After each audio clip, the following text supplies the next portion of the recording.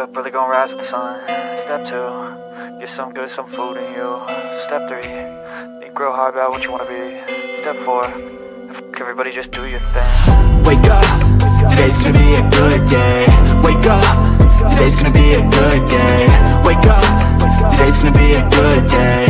Wake up, today's gonna be a good day. Wake up, today's gonna be a good day. Wake up, today's gonna be a good day. Wake up, today's gonna be a good day. Wake up, today's gonna be a good day. Yo, set your affirmations, aspirations. I got shit to do, the aftermath of preparation. Good food, good mood, blood in circulation. One step at a time, yeah, that's how you make it. Set a goal you control and the steps you take them. I try to pick one thought, have some concentration. And if I make a mistake, it's called education. I try to do this every day, call it replication. Wake up, today's gonna be a good day.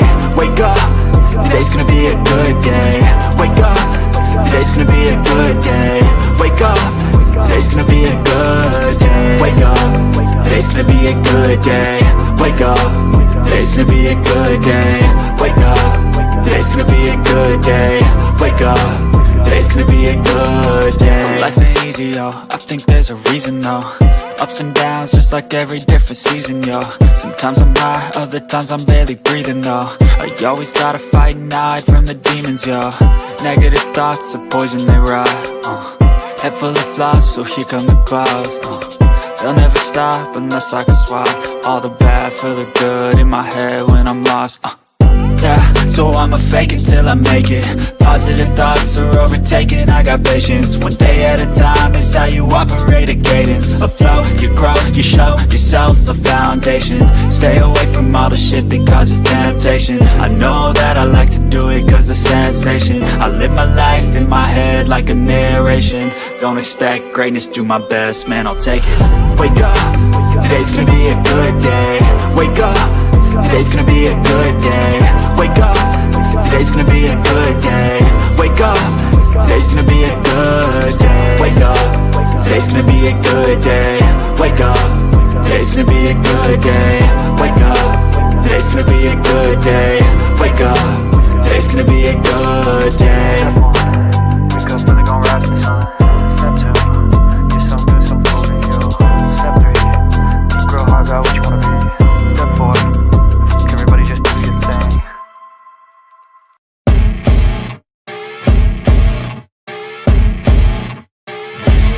As you wake up in the morning, you want to find the latest, greatest information about criminal cases and have an intuitive conversation about the suspects associated with these cases. Head over to the Bullhorn Betty channel on YouTube.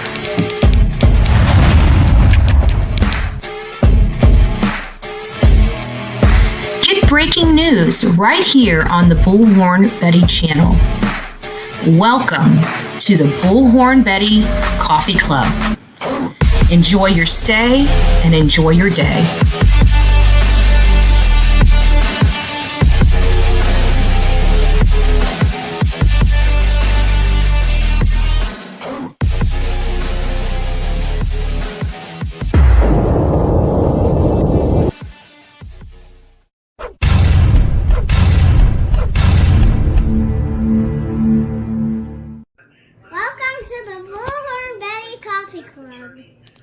She was raped 4 months before she disappeared, and she may have been preggo at the time of the disappearance. A lot of stuff is going on in this young girl's life prior to her disappearance. This is Ja'Niyah McMichael. Janiah McMichael has been missing. There's a lot of discrepancies in her time.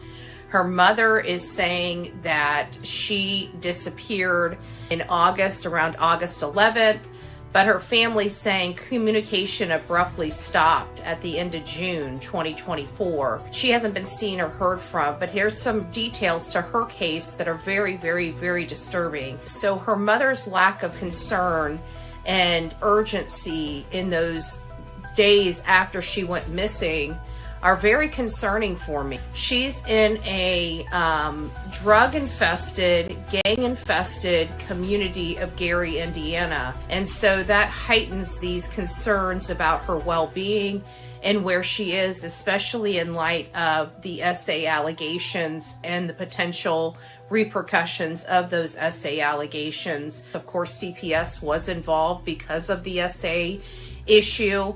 And then 4 months after this SA allegation happened, her family says she disappeared at the end of June, right at the beginning of summer vacation, and hasn't been seen or heard. The concern is her mother waited almost 24 hours to even report her, because she was reported on August 12th, not August 11th when her mom said she last saw her. A 13-year-old child that had recently been SA'd, most likely prego as a result of that, and then disappears, and her mom is acting like she ran away. Ja'Niyah, this message, this video, this is for you, and I just want you to know that I want you home. I need you at home.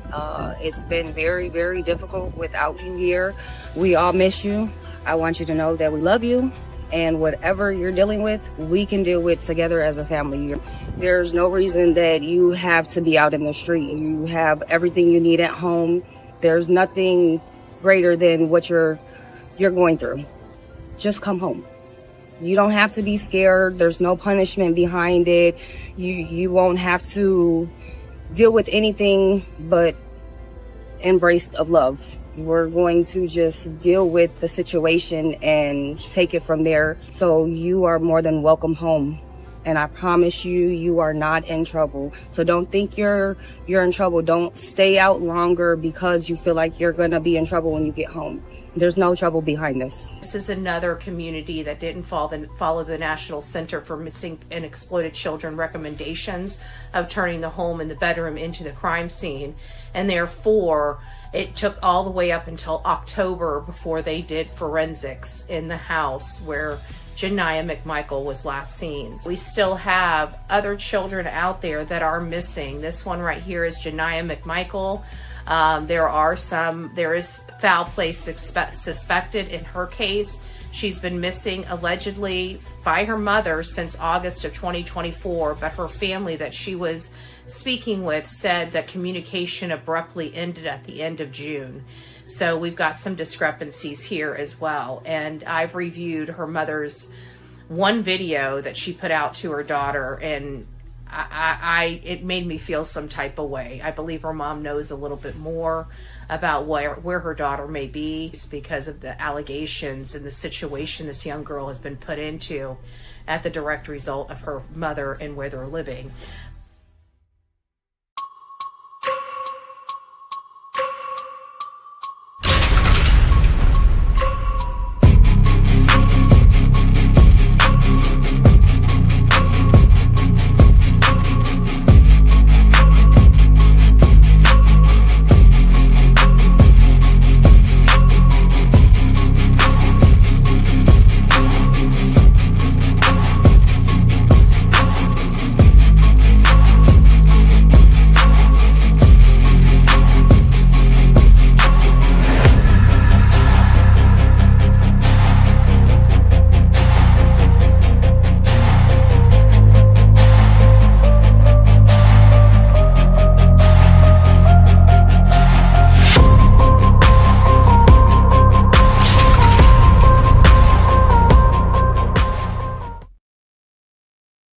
Well, good morning, my beautiful people of YouTube. It's nice to see you this morning, this beautiful, beautiful Manic Monday, Cinco de Mayo. It's nice to see you. If you do go out this evening, please go out responsibly. If you're going to be consuming alcoholic beverages, back in my day, there were no Ubers, there were no Lyfts. There were no toe-to-goes during my era. Lots of people did stupid stuff during my era. But nowadays, it's so easy to go out, have a great time, not stop anything you're doing, and still arrive home alive. So don't forget, if you're going out, either have a DDD or take a cab. Don't even take the car, right? Don't even take the car tonight. If you know you're going to be consuming alcohol, why give yourself an out when you don't need one, right? So go ahead, make sure that you get your Ubers all scheduled before you leave your home today. Okay, I'm done preaching. I'm just saying best practices. Don't be a Betty, right? Don't be a Betty. That's all I'm saying. That's all I'm saying. Most of the time I say be a Betty, right? This is where we're going to say learn from my mistakes, not yours. Be wise, not smart, okay? I had to go the smart way. I had to learn on my own. So before we get started, I know a lot of you guys are here for our new case that we're rolling out, and it's of Ja'Niyah McMichael. And Janiah McMichael is a 13-year-old girl. I'm finding out a lot of information I don't like. And one of our mods, Betty fan, came across an interview with Ja'Niyah. Okay, this, I believe, is Jasmine's mother. Okay. And when I heard it, at first I'm listening and I'm like, okay. And then I'm starting to hear longer and longer. And the lady is victim shaming her 13-year-old granddaughter, now 14, that's been missing for almost a year. I came unglued. So I had to stop it. I had seen enough. And I'm like, okay, this is going to be the topic of our conversation today. So outside of the first, I don't know how many minutes I watched of this interview, it got my blood boiling so bad I stopped it. We're going to watch the rest together. I'm sure I'm probably going to have some choice words to say about this, as many of you know. But before we get started on Ja'Niyah McMichael, which I've been researching now, God bless, I don't even remember the name of the, give me just a second, I'll tell you.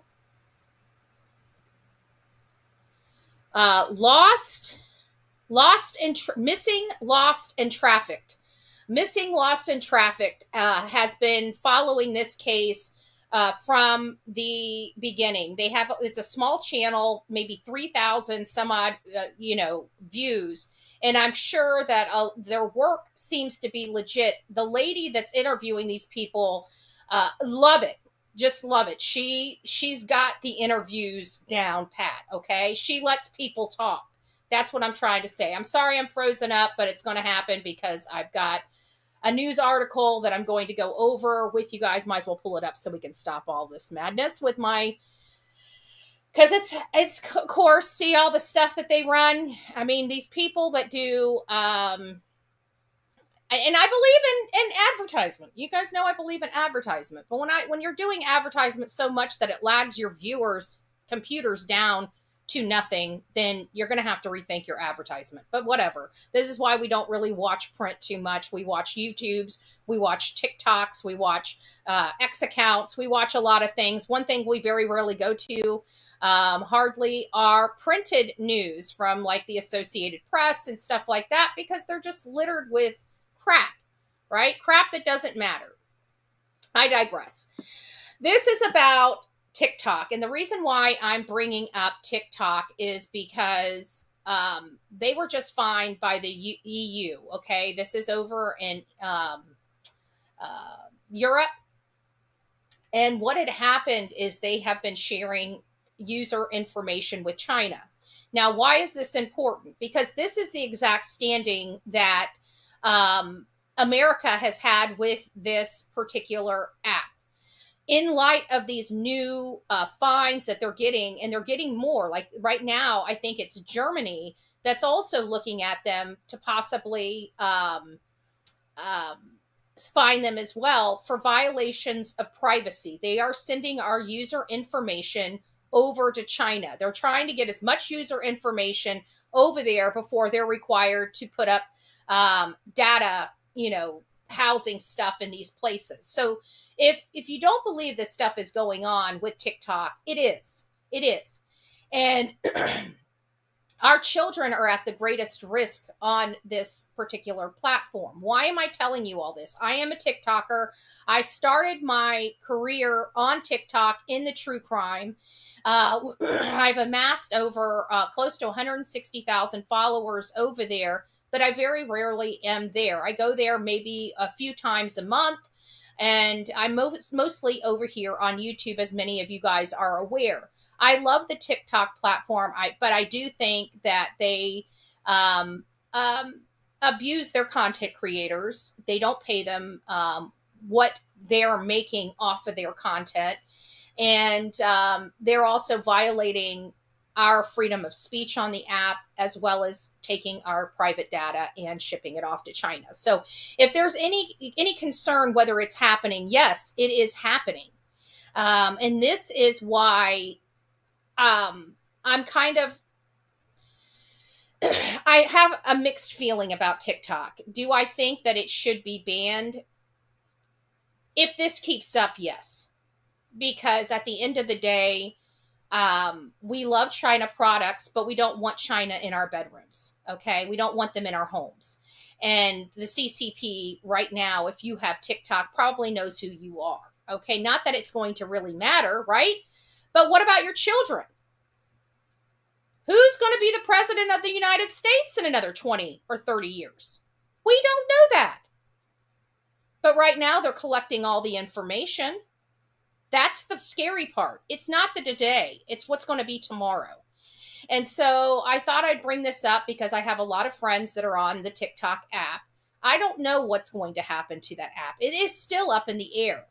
And this right here has made me a little more concerned because this is new stuff, right? This is new information that's out there. Do I believe China has our information already? I do.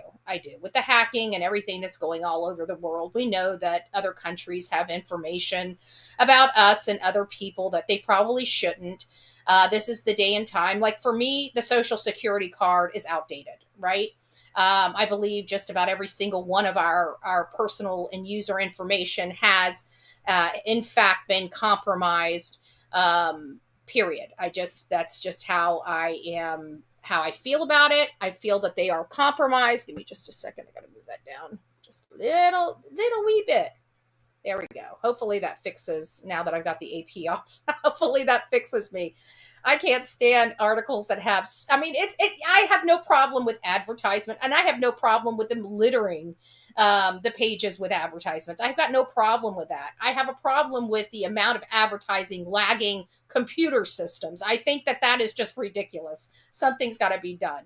I'm on TikTok too. I like the platform. You know, it's a good way to get a lot of information out to people very quickly. You know, many of you guys know I've had several videos go viral on TikTok. And I'm sure that that's going to be in the future as well, more that I'm out, you know, the search stuff, you know, that's why we do a lot of the searching, is I think the searching brings a lot of people, you know, into the fold of these cases. And so they like to see people out there. They like to see people really working to try to find answers and really working to find the people. This is a case that I'm covering that I probably will not be boots on the ground because of the location, because I don't really have the team that we once did, right? We shook my ex. And then Olivia, you know, she moved to North Carolina. We've worked on some cases together. We work behind the scenes on a lot more cases than people quite realize.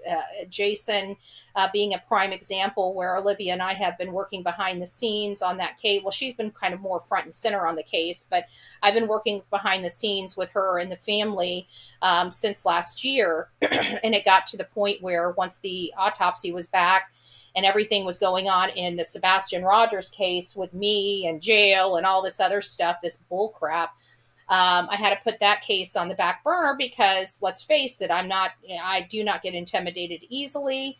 And when it comes to cases where people feel like they can intimidate me, I stay in the cases probably a lot longer than I would have normally stayed in the case, because I usually cover a case about a year. By that time, we have more than enough information to decide for ourselves what truly happened in that particular case. And so in light of this, I shut down everything and focused solely on Sebastian Rogers because, one, I want to make sure that a county like Sumner County does not think that they can violate people's rights and have and be able to intimidate people. And so that was the primary purpose of me continuing and will continue to cover Sebastian Wayne Drake Rogers' case, is because of the fact that they will not intimidate me out of a case. I will move freely in the United States. And because they've hindered my ability to do that, and not only that, but put me in fear of going into their community when I've done nothing wrong. I just want to put that into people's mind, putting me in fear of going to the community, me having to call my bail bondsman before I ever walk into that community. That is something no American should have to do when they've committed no crimes in this country, or that county, or that state. So we're going to continue to cover the case. However, many of you guys know the information. We have no, the sheriff's department there has given up on this case. It's pretty clear that they have. They've never really cared about the case to begin with. That's why they shut it down so quickly. They've removed all the detectives on it except one. They have failed to provide even one press conference about the case in over a year. They've washed their hands of it, and they're protecting the bad guys. And that's the way I view it. That's the way I'm going to continue to view it until their behavior changes. And I have the platform to put it up on. And so this next case, though, however, is an important case. And it's really disheartening for me, because we all know that, and I'm not a, person that talks about race. I think in 2025, people are going to feel that people are racist or not racist or whatever. But in the grand scheme of things, children like Ja'Niyah don't get as much airtime as many other people that go missing. People like Sebastian, in all fairness, don't get a lot of airtime, even when they go missing. People like Layla Santinello don't get a lot of airtime when they go missing. Why? Because Layla was on drugs, right? So people didn't really want to pay attention to her. Let's throw Jason in there. Jason didn't get a lot of airtime because they thought he was a fugitive from law and left him out in freezing cold weather in a tree to die. Then we've got, Sebastian Rogers, a 15-year-old alleged runaway at the time, right? So we don't know. We don't normally cover those cases. And then we got Ja'Niyah McMichael, which is a Black female from basically the projects, which doesn't get a lot of airtime. Okay? These cases that we take are very difficult to get off the ground and get a lot of attention. And this is one case that I feel some type of way about it, because it makes me angry. It makes me angry when I started doing my preliminary review.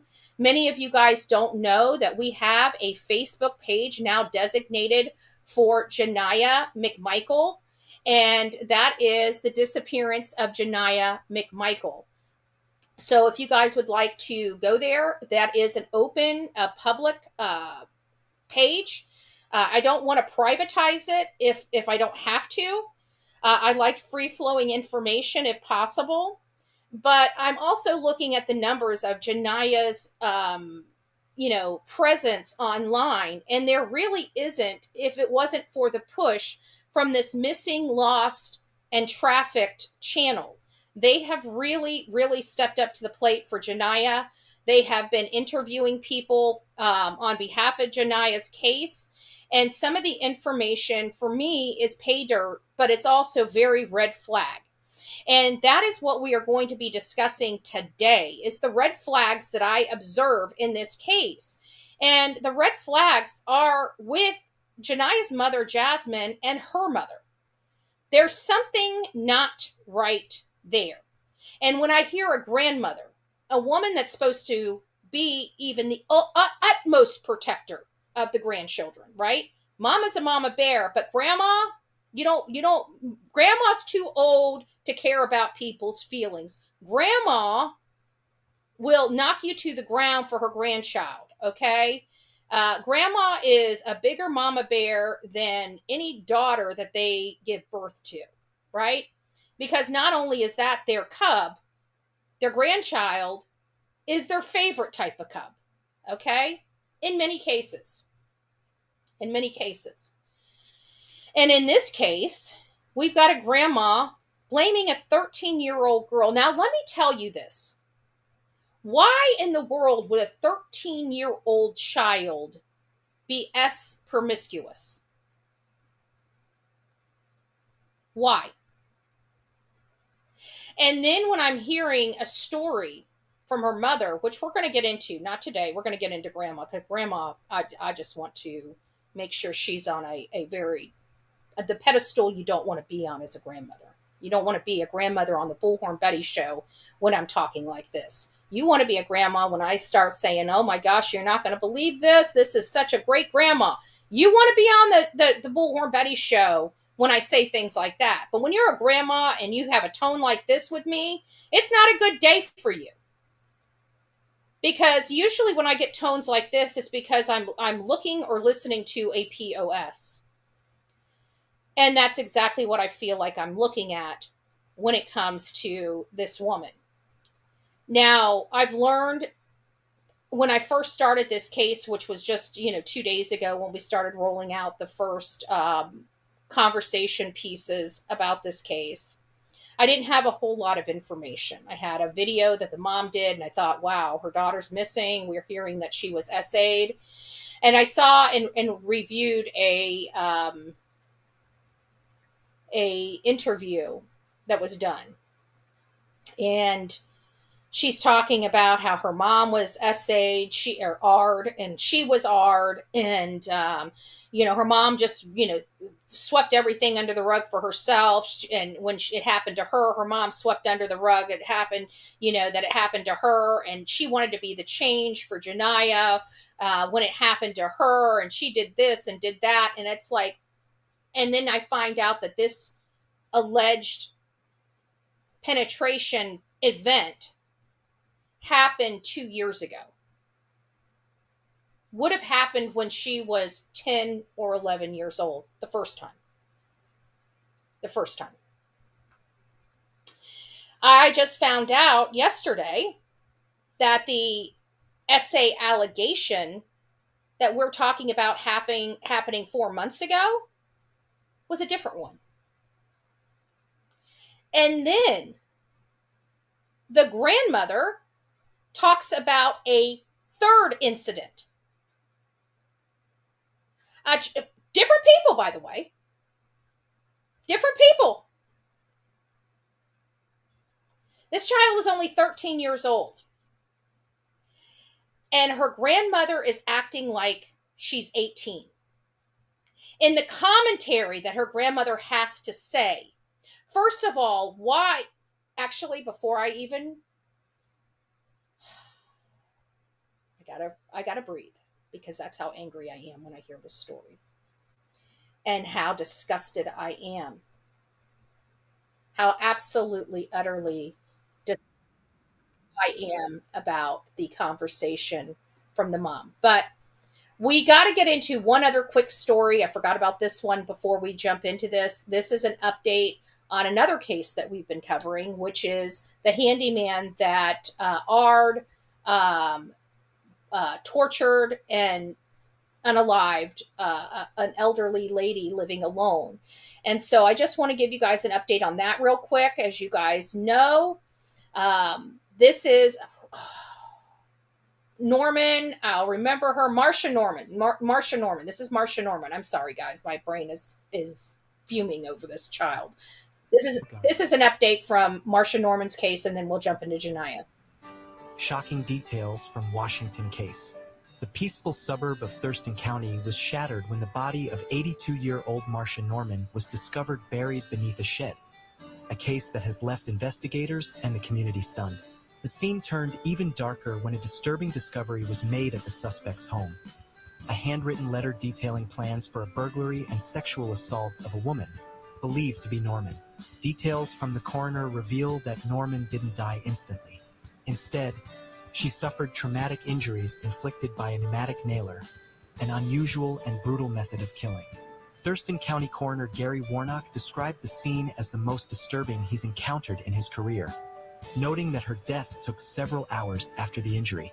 The suspect, Jeffries, is 47, a handyman who was entrusted with Norman's home, was arrested and charged with murder, kidnapping, and unlawful disposal of human remains. He appeared in court Monday and remains in custody without bail as prosecutors prepare to formally charge him by Wednesday. Norman was last seen alive on April 1st, after sharing dinner with Ziz, who was considered the last person to see her. Just a few days later, her family reported her missing and raised suspicions that prompted a thorough investigation. The investigation took a grim turn when cadaver dogs indicated human remains on Norman's property. Ground-penetrating radar confirmed these signs, leading to the discovery of her shallow grave, with concrete poured over her body. Further digging into Ziz's background revealed a troubling pattern. A 5-page letter, found during searches at his home, laid out detailed plans involving a burglary and sexual assault targeting a woman described as his customer. A detail that investigators are exploring for possible links to Norman's death, although no sexual assault has been confirmed in this case. Sheriff Derek Sanders explained that while the letter's content is disturbing, the motive behind Norman's murder remains unclear. He suspects Ziz's violent tendencies played a role. Evidence also surfaced that Ziz had fled the state after Norman's disappearance, escaping to Montana, where he was eventually arrested in Missoula on April 7th. An arrest warrant was issued for his probation violation tied to a past child molestation case. Using license plate readers, police confirmed Ziz's lies about his whereabouts on the night Norman disappeared, leading to his extradition back to Washington on April 13th. His initial statements about his movements were proven false, intensifying the case. An upcoming court date on May 6th will see Ziz face the charges. As investigators continue to piece together the puzzle, the community grapples with the brutality and mystery surrounding the sudden loss of a beloved elderly woman. Okay, so you guys got the gist of that. So we have a hearing on, actually tomorrow. There's going to be a hearing tomorrow related to his case. I'll see what that has to do with and try to get that back. Or give you guys a story on that. Oh my gosh, Southern Grammy has been with me almost 2 solid years. Thank you, Betty. Happy Monday, love. You're an inspiration, and you are too, my love. You are too. And Melanie gifted a Bullhorn Betty membership. If you guys received your Bullhorn Betty membership from Melanie, don't forget to tell her thank you. And for the recipient of that Bullhorn Betty membership, welcome to this crazy family we call the Coffee Club, i.e. the Insane Asylum. Welcome, welcome. Grab your straight jacket in your padded room and welcome aboard. It's going to be a bumpy ride. It's going to be a bumpy ride. All of my mod squad, it looks like they're in here. Good morning, mods. Good morning. Happy Manic Monday, Cinco de Mayo. Let's kick the work week off well. This is going to be of Ja'Niyah McMichael. Anyways, as I said earlier, her case, in my opinion, is not getting the attention that it should. This is a dire situation for this young teenage girl. And quite frankly, with the stuff and the behaviors that I've seen, the red flags, the typical MO of bad people that do terrible things, trying to cover up, I'm starting to see some of those indicators in this case. And it's very, very problematic for me. This case is going to take us a lot of work to get off the ground for this to be noticed. We need this to be noticed on a national level. This child is in grave danger. This child's home life is obviously in shambles prior to her disappearing. Again, this is a lot of sexual conduct at very young ages. And we all know that kids typically want to be kids. They don't want to be laying on their backside, so to speak, right? So for them to have that change at this young of an age, there is absolutely, in my opinion, some R or SA that happened to her at a very young age. Because this is what's known to her at 13. When normal kids are still playing with toys and baby dolls, she's engaged in this kind of conduct. It doesn't make sense. There is an alert. Yes, they have a silver alert, which is a statewide endangered child alert. She never made it to the Amber Alert, which is very upsetting. This case was misclassified as a runaway, and it was a direct result of her mother and her grandmother's statements to law enforcement as to why she was misclassified as a runaway. She had been SA'd just 4 months prior to, and my understanding is she was prego as a result of that latest SA stuff. There is some talk about a 62-year-old man. I'm not getting into those conversations just yet. I'm still working some angles on my end, and we will, once I get stuff together, we may be talking about him. But right now, I'm just focusing on the people in and around her life this close. Okay, that's who I'm looking at right now, and it starts with mom. And from mom, it went to grandma. And so we heard mom, right? She was in the intro, not a whole lot of concern, blaming her, we'll take care of whatever needs to be taken care of. 13 years old. She's now 14. She wasn't around for her 14th birthday, but they had a party and hooting and hollering and clapping, happy birthday, Janiah, as they released balloons into the air. To me, every time I see a birthday like that, I assume the person is deceased. That was put on by her mother, by the way. So let's get on to Grandma Dearest. This lady here, I believe, is Jasmine's mother. Jasmine is Janiah's biological ma, and I believe that this lady here is her mother. Okay, now if you guys watch an interview, which we'll watch tomorrow, maybe I should have done it today and did this one tomorrow, but this has me so enraged. We're going to move forward with Worry today. Good morning, everyone. I know I didn't say hi to everyone that was coming in, so we'll go up just a little bit and I'll say hi to a few people. Sonia, Pussy Willow Pendercat, YouTuber. Melanie, Lisa B. Always, VA Dynamic is up in the house. It's nice to see you, my love. Peggy, it's nice to see you. Did I say Pussy? That sounds like I said hi to you, Willow. So good morning. Me and you, it's nice to see you. Rod's up in the house. Who else do we have? We have Denise. The real me too, Pale Rider. It's nice to see you. Our beautiful unicorn, Indiana. Big hugs and loves to you, honey. Samantha, it's nice to see you. Oma, good morning. It's nice to see you as well. Sharon, hello, hello, hello. Who's your mama? It's nice to see you. Rebecca, Plant Lady. Belinda, it's nice to see you. Thank you for being here. If anybody's here and can't talk in the chat, I set my chat up for a day. So if you subscribe today, you'll be able to chat tomorrow. The reason why I tell people that is because every new case brings in a few new people to review the case, and some of them get frustrated when they can't chat in the chat box. I do that to control my chat because I'm the Bullhorn Betty channel, and we get a massive amount of trolls over here. And so we try to prevent as many trolls as possible so we can have a conversation. And therefore, I put a day on there because it takes them time to create these accounts. And if they can only have one opportunity to say something in a day and have to wait another 24 hours, it just works out better that way. So it's not you, it's everybody else. Believe that. YouTuber gifted a Bullhorn Betty membership. If you received your Bullhorn Betty membership from YouTuber, please do not forget to tell YouTuber thank you. I thank you as well, along with Melanie, thank you. And whoever received your gifted Bullhorn Betty membership, welcome to this crazy family we call the Coffee Club, i.e. the Insane Asylum. Grab your straitjacket and your padded room. You're going to need it.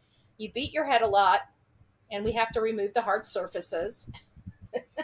So welcome aboard. It is a bumpy ride. Lady for Justice, thank you for the beautiful super sticker. God bless you for that. Loves and hugs to you as well. I see Southern up in the house. Nice to see you. Good morning, everyone. And if I missed you, I am so sorry. I will catch you hopefully as you talk and address you at those points. So let's get started on this. I will tell you guys, it's not going to be so bad right away, but there are going to be some things that really make you want to cuss a lot. Okay.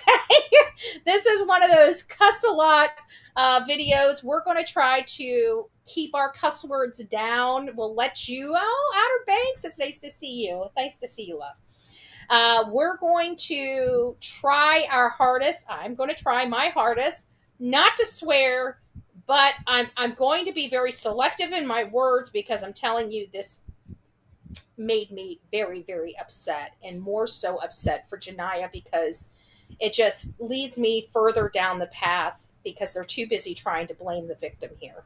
And that's a huge, colossal problem for me. And not only that, she blames the victim. She's telling her she just got basically turned out, right? That's basically what she said. A grandmother. Sonia's reminding everybody we do have rules around here. Don't worry, I'm gonna try. I'm gonna try not to swear a lot. I'm gonna try not to swear a lot.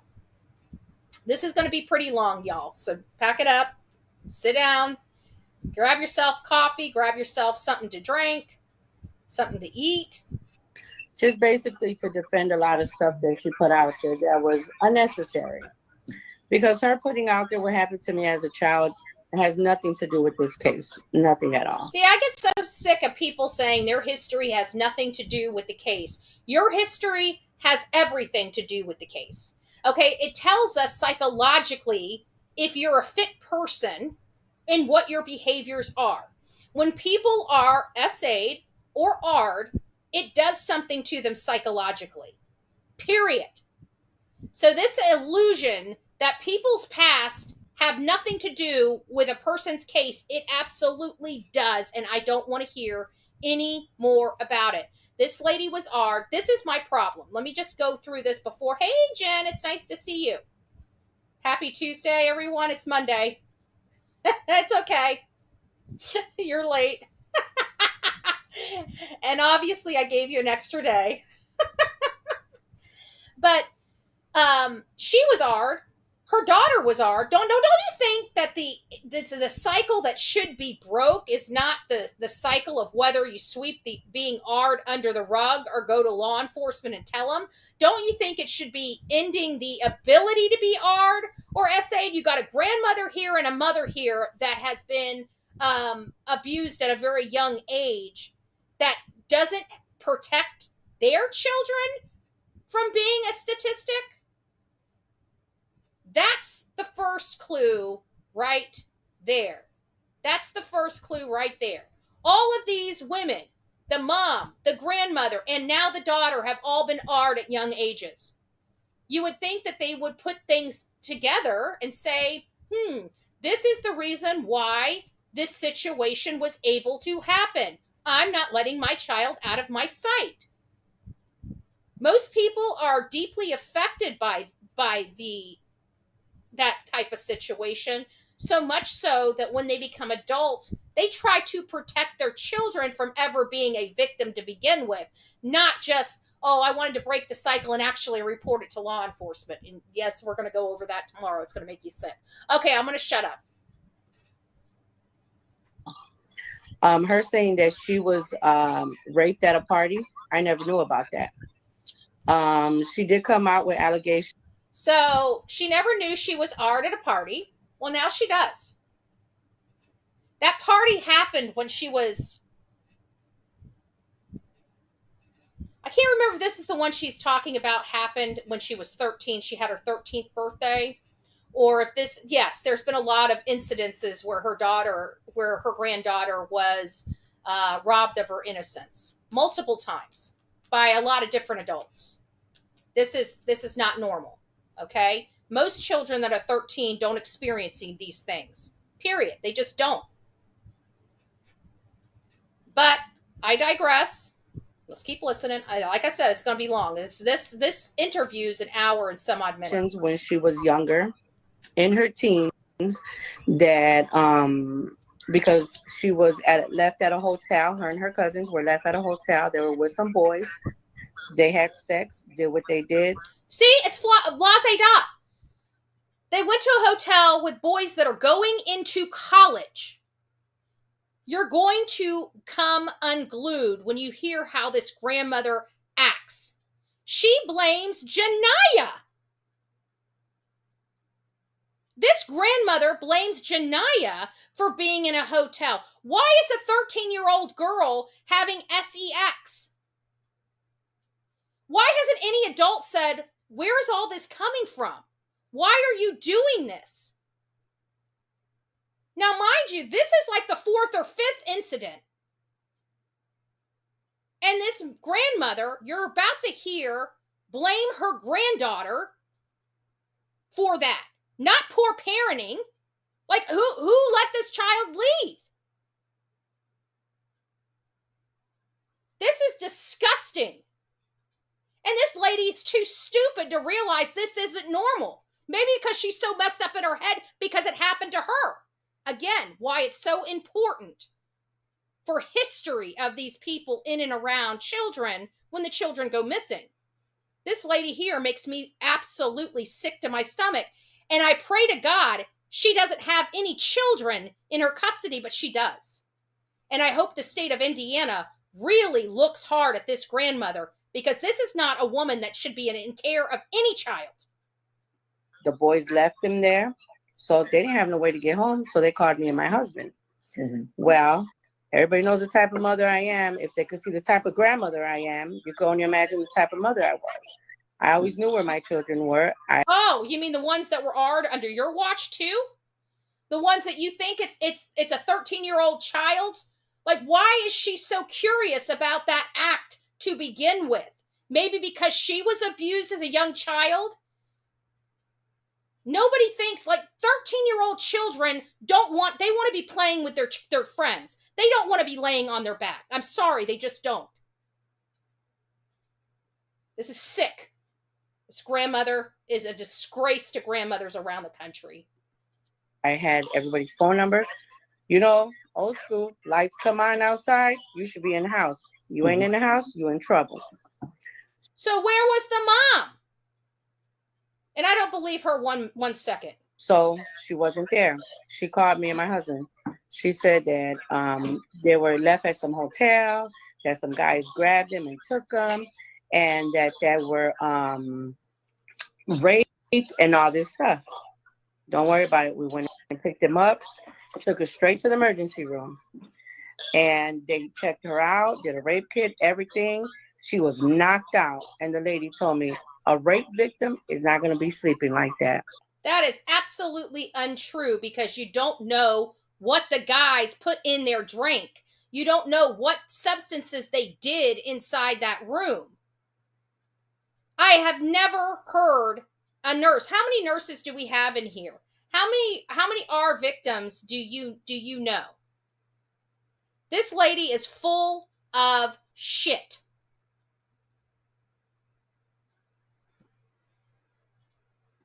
If you just got raped, there's no way you're going to be sleeping like that. You're going to be terrified. You don't know who these people were with. Let me tell you, I do admit that you're going to be terrified, because I went through the experience in my 20s. In my 20s.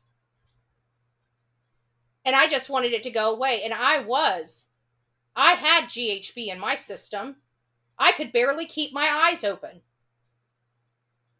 Did it change the fear or the terror that I was going through? No. No, it did not. Whatever. They got cameras. They showed us cameras where they walked into this hotel with these guys. And they were teenage boys, just like she was. But these were high schoolers, and they were getting ready to go to college. High schoolers getting ready to go to college. She's not even 13 years old. And this grandma that's trying to act like she's a good mom and a good grandma thinks this is normal. Listen to how she treats Janiah. Mm-hmm. So it showed them walking in willingly. They showed the guys leave, and they got left behind. So, in other words, they did what they did with you, and they left. So then, they did what they did with you, and they left. This is a grandma. That's what she told her granddaughter. That's what she told her granddaughter. And you see this lady, you know, she keeping her mouth. That's what I like about it. She's letting this lady just talk. This is the problem we have with a lot of people that interview people. They give them options to answer the question.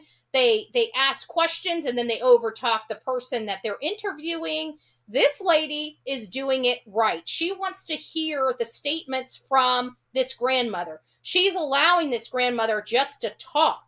And you see her face. I can kind of see like her kind of thinking like me, like, lady, you on the cuckoo train. This is not normal behavior for a child this age. It's just not. Something had to put this in this child's head for her to be acting this way. Period.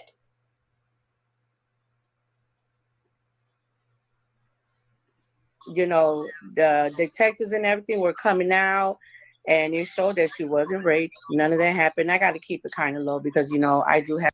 She wasn't raped. She's 13 years old. These were high school kids. Haven't we heard of grooming children? Making them think it's okay? Does people know what happens when they hold you down? Even if she was curious. This is disgusting from a grandmother. Disgusting. This should make everybody angry. The people in Gary, Indiana should be picketing in front of their houses, in my opinion. This grandma is cuckoo for Cocoa Puffs. Why are we in this situation? You're looking at it. She allowed this to happen to her kids, and she allowed it to happen to her grandkids while sitting up there acting like she is the frickin' grandmother of the year. Let's listen to her victim shame this missing child. Have custody of my grandchildren. Yes. And they are far away from me where they can't hear. Because I don't bring none of this to them. But you're going to see one of her grandchildren come up behind her here in just a little bit because, again, she's far away from them. So, with that being said, you know, the detective grilled her and she lied. Her and her cousins lied about it because they got left. And her dad did whip her ass, you know, because that's something serious. You don't do shit like that. These guys were going to college. Oh, so her father whipped her ass. Her father punished her. Did you hear that? The mom, grandmother, grandma is screaming at this little girl that shouldn't even be this promiscuous, and there's a reason why she is. Again, something happened to her 2 years prior to this when she was 10 or 11 years old by this lady's other daughter's boyfriend. His name's Deshaun or something like that. And you're going to hear her bring his name up. And I truly believe he is the one that hurt this child.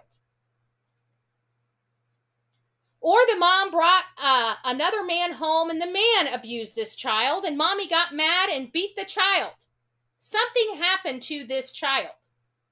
Something happened that's being covered up because I have never heard a grandmother that's missing her grandchild talk so despicably about her underage, her very, very young grandchild. Reminds me of Maddie Soto. Oh, it's worse, in my opinion. I think this poor child was passed around. Let's go back. Did whip her ass, you know, because that's something serious. You don't do shit like that. These guys were going to college, and this was going to mess them up, you know, for life. This is going to mess them up. Hey, lady, why don't you tell them not to be having sex with little children? Why don't we start off with that? Why don't we start off with the responsibility that these older kids knowing not to screw with children?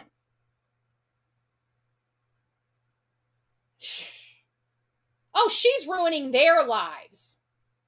She's ruining their lives to the point where she got beat because another boy decided to take advantage of a younger, much younger child. I know, I can't either. I'm only 2 minutes and 30 seconds into this, and I want to smack this grandma.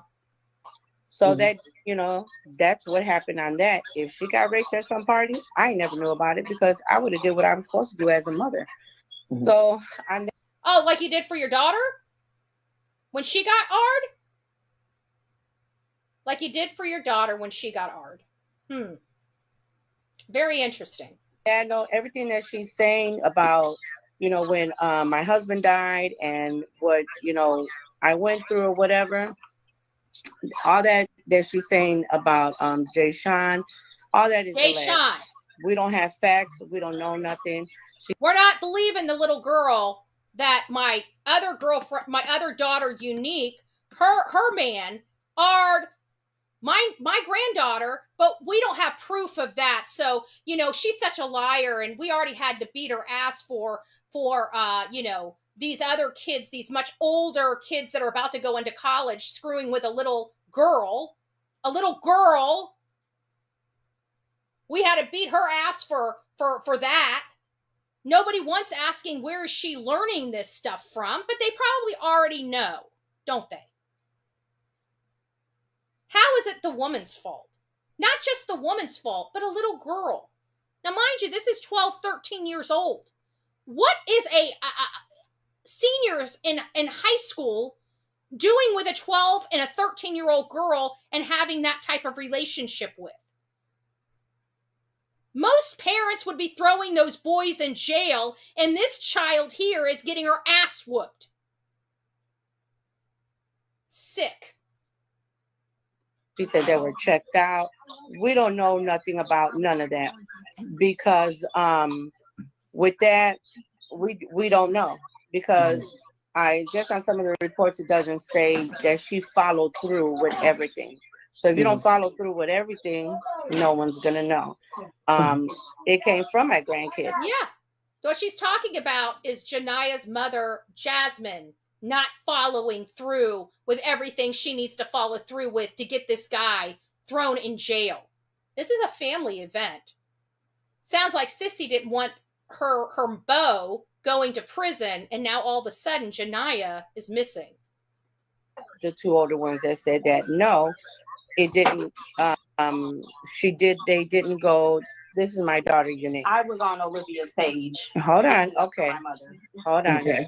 So, so the girl said that she had them lie because that she wanted to get with Jay Sean and he turned her down, and she didn't like him at. If you guys know anything about this Jay Sean event, the mom was on this lady's podcast and she was talking about it. We're going to watch that tomorrow. But I want to remind you that this event she's talking about with Jay Sean, according to her mother, happened 2 years ago. This child would have been under 12 years old. Why would a 12-year-old want to be getting with an old dude to have sex with?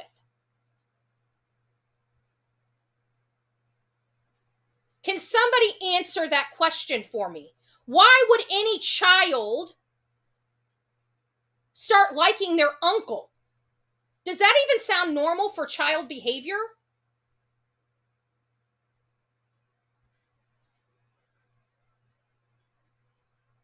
This makes you sick. This lady is sticking up for a predator. Her grandchild is missing, and she doesn't want to believe anything. What other purpose would her grandchild be missing for?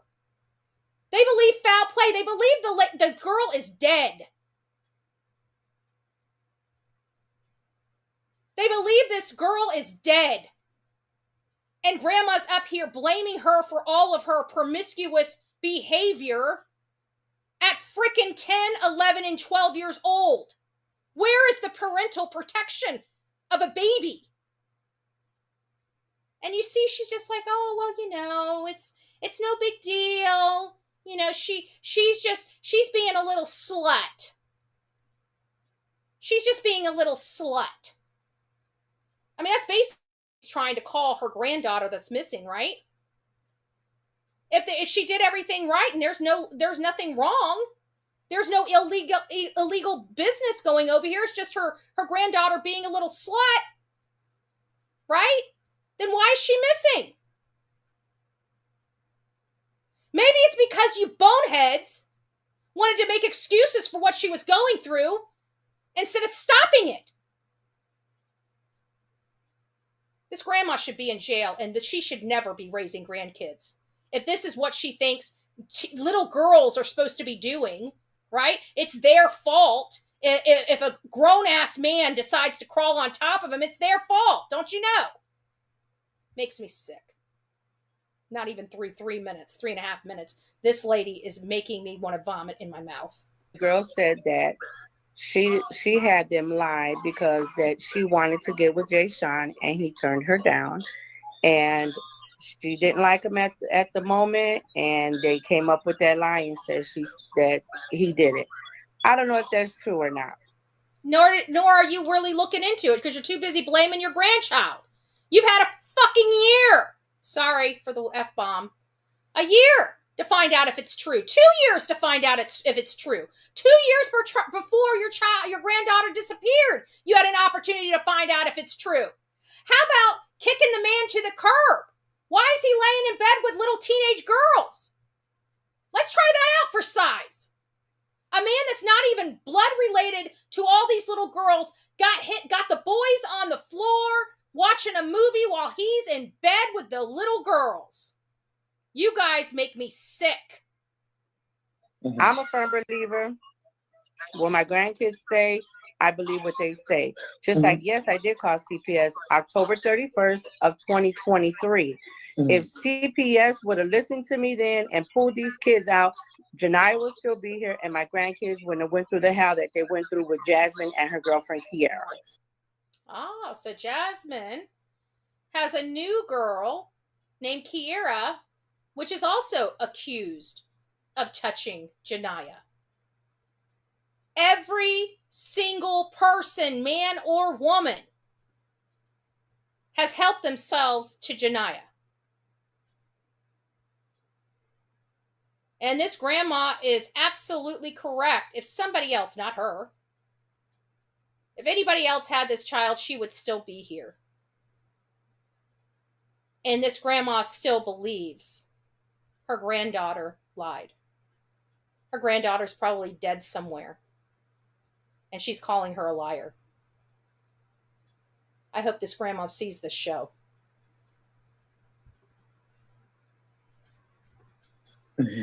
So I called because my grandkids told me that how they were being abused by Jasmine and Kiara, how they had to wake up early in the morning and stand up like 5, 6 in the morning, stand up military style with their hands behind their back. They only had 7 minutes to eat. All they could eat was sandwiches. When I got them, they couldn't eat really. The food that I was introducing that were all normal to eat. They had diarrhea for months until they got used to eating regular food, drinking stuff, because she only allowed them to drink water. That was it, not even flavored water. And she can't say that I'm lying because that was at the searches. We took chips, water. Okay, we back. I can't hear her right now. She must have gotten a call while she was in there. That's what happens when you guys get a call. You guys have seen me do it where I flipped over to one side and come back, no voice. It has something to do with the calling on a phone when you're giving an interview. Okay. Yeah, I can't hear. Wow. Her young granddaughter, 5 minutes in, was really quick to help grandma, wasn't she? Let's see how many seconds. She just told everybody that all of her grandchildren were nowhere to hear this, right? You guys did hear her say that. Let's look at how long. Let's listen to this. So we back. So she's at 4:58. I can't hear her right now. Okay. 4:58. So her granddaughter is within 2 seconds, 4 seconds. It's at 5:05. So what do we have? What is that? 7 seconds. 7 seconds. And a granddaughter is listening to her talking about most likely her sister or her cousin. Aw. For the F-bomb. God bless you, Lisa. In my opinion, I'm so disgusted by the not-so-grandmother. This is grandma. This is how grandma acts. Trust me, I have no faith in her daughter. Jasmine, being a good ma, sounds like Jasmine likes to be on her back, spitting out kids she doesn't want to take care of or protect. Just saying, the shoe fits. Welcome to the Bullhorn Betty channel. Right? Welcome to the Bullhorn Betty channel. Yeah, I can't hear her. Let's see what's going on.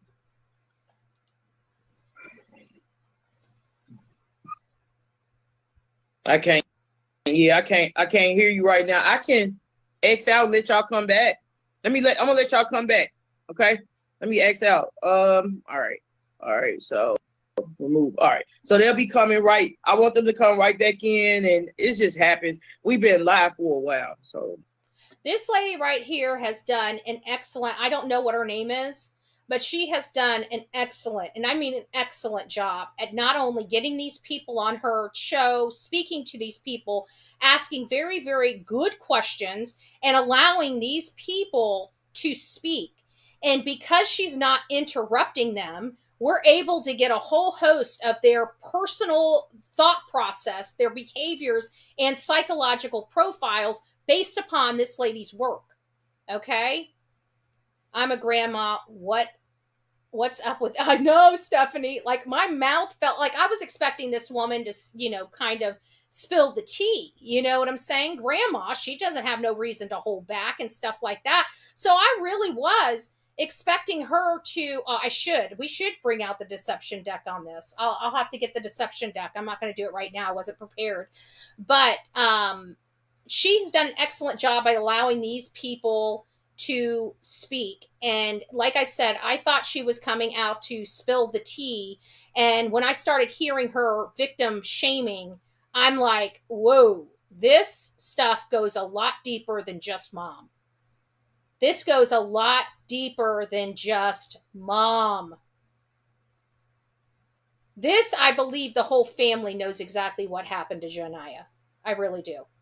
I really do. At this point, I feel like grandma right now is trying to protect what happened, because everybody involved is people she cares about, right? The victim is her granddaughter. The persons of interest would be the mom, the mom's girlfriend, Kiera, and Jay Sean. These are the prime people, and these people are all related. So this right here tells me that this child is not here with us. I don't believe she ran away. And I believe that after the allegations of mom's girlfriend touching her, that's when she started, poof, gone. Military, sounds like a very violent home. People, they have to get up at 5 o'clock, stand as if they're military, these children. This is beyond what I ever could have imagined for this young child. All type of stuff happening. Will you live like this?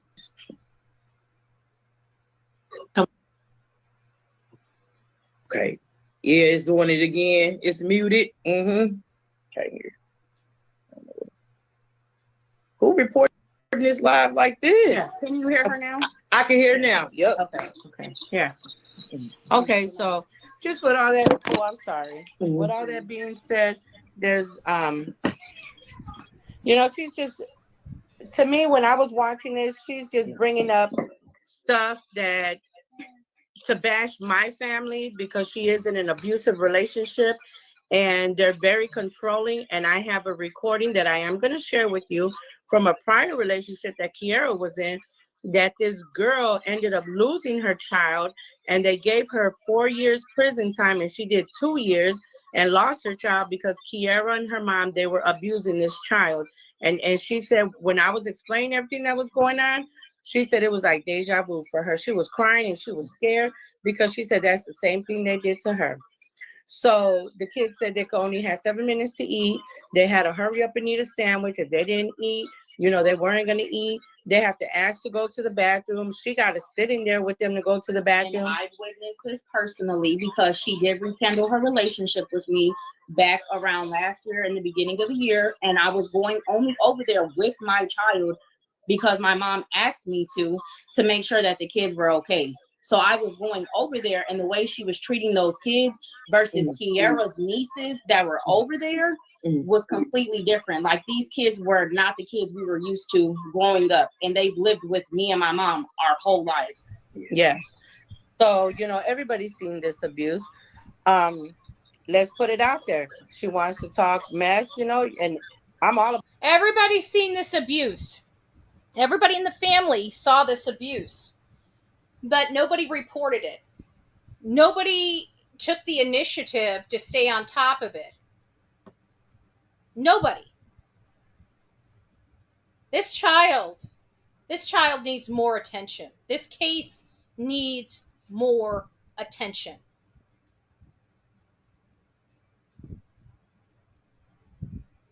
About the facts since day one. You see my shirt. This is all what I'm about. Find my granddaughter. That's what I'm about. Do I believe Jasmine and Kiara did something to my granddaughter? Yes, I do. I do.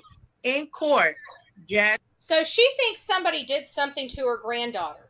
Okay, she's publicly saying she thinks somebody did something to her granddaughter.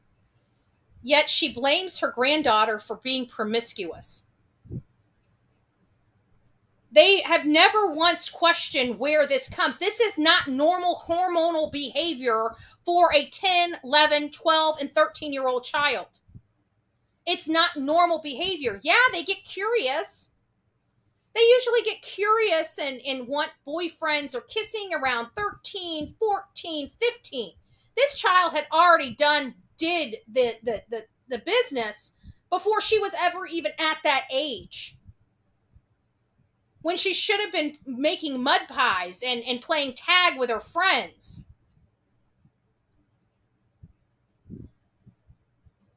I know, I know, exactly, Oma. I got your sarcasm. I'm right there with you. Jasmine failed her lie detector test. In court, it was said, and this was said by the feds, she failed her lie detector test. Kiara opted out of the lie detector test and lawyered up. Walked out, never went back. Those are facts. Yeah, it's also facts. Hopefully Grandma acknowledges this. That Ja'Niyah had brought allegations that Mom's girlfriend, which Mom's obviously in a lesbian relationship now, Mom's girlfriend was touching her.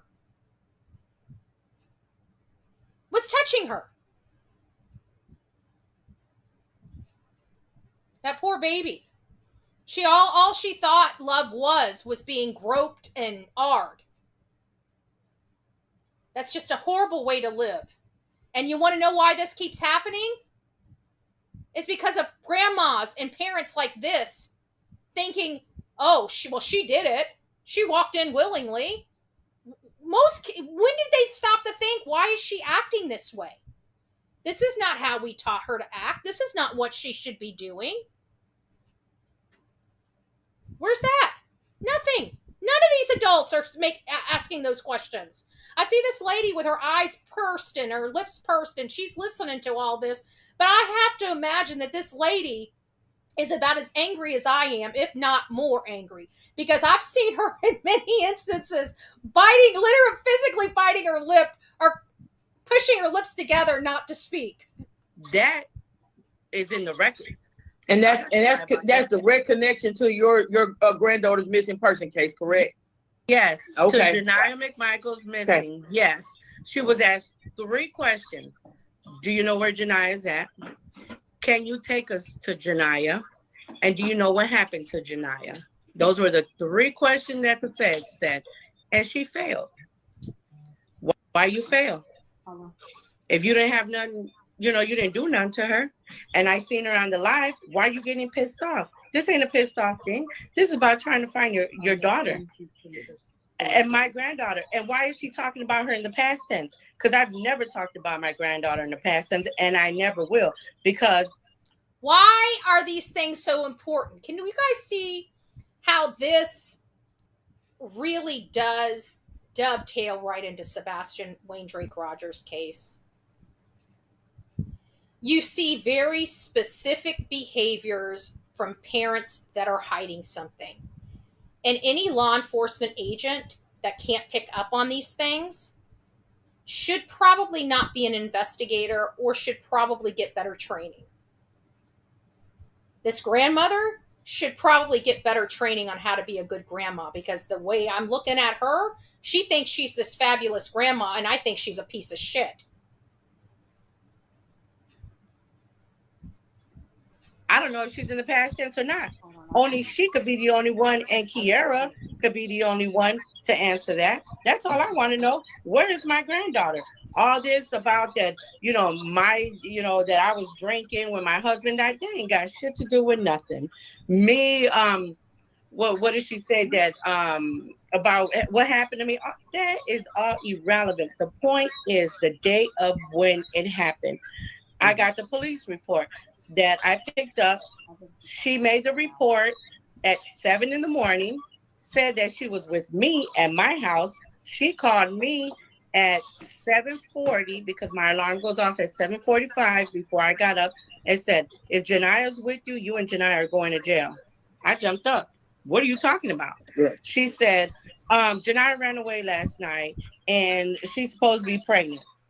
That was news to me. I ain't never heard about that. I started going off. What are you talking about? What's going on? And I'm calling Unique to see, hey, has Janiah reached out to you? I'm calling everybody. I called Antonio. I called his mom. I called Darnell.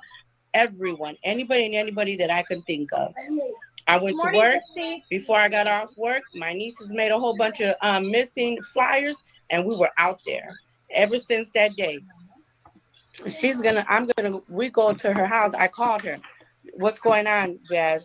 What happened? Where you at? Oh, we're out searching. I'm on my way to her house. I pull up, knock on her door. She come outside. She was asleep. Oh, and let's not forget how the first day she was sound asleep while we're out searching, and also told us we're doing too much to find her daughter because we're making Facebook posts to send out an alert. And not only that, when you guys see this, listen to all these behaviors.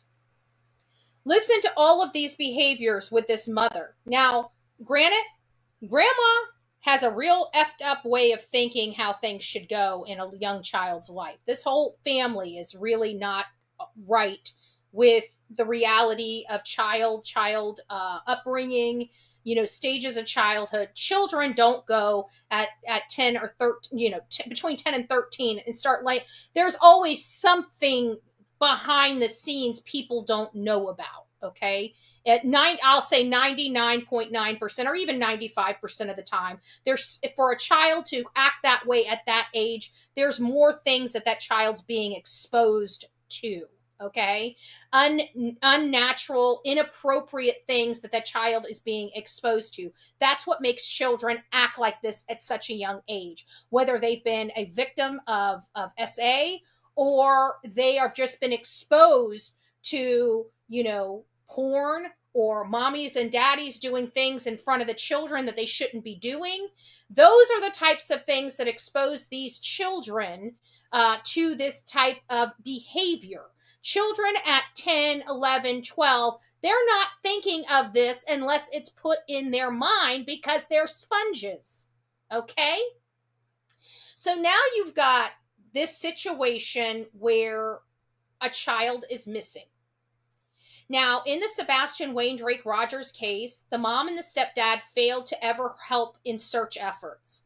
In this case, guess what? Mom is failing to help with search efforts. In the Sebastian Wayne Drake Rogers case, the parents are evasive and vague. In this case, the mom and her girlfriend are evasive and vague. Mom had to take the lie detector test. The step parent, right?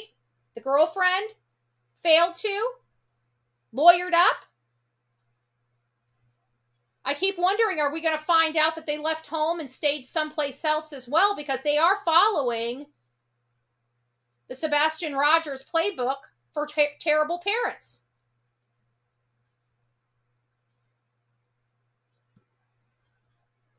And I left work when she called me, no, get down. And I left work to go over there. Right. She had dirt on her shoes. Then she changed her shoes when everyone else came over. Go ahead and sit. Okay, you're okay. Go sit down. Here. She had dirt on her shoes when you went over there? She did. And that was the first thing I noticed when I was hugging her, because her saying she just blocked me away from her life. Me and Jasmine have been close my whole life. Come on now. What do I have to lie for? The fact. Dirt on her shoes. That is a clue. Dirt on her shoes. We know that typically, statistically, that child will be 2 to 5 miles away from her home. Okay? That child is 2 to 5 miles away from home, statistically speaking. Good morning, Robin. It's nice to see you. Carla, Big Mama House, it's nice to see you. All due respect, miss. What is the purpose for discussing this? Is this in your community? I cover true crime, and I discuss all cases without filter. And if it's something you don't like, you can leave. It's pretty simple. My channel, my rules, how I roll. Big Mama's House. I'm a loudmouth, crazy white lady with a bullhorn. If that's something you don't like, move on. Move on. I would think that a child that's missing, everybody would want avocation for it, no matter what platform. Wouldn't you agree? Unless you're saying that I can't discuss it because it's not in my state. I go all over the country. I'm Bullhorn Betty.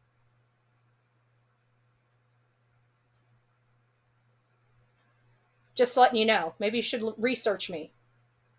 Just saying. I'm on this platform. I'm on TikTok. I'm on Twitter.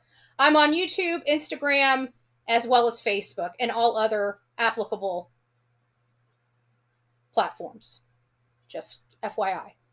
Welcome to the Bullhorn Betty Show.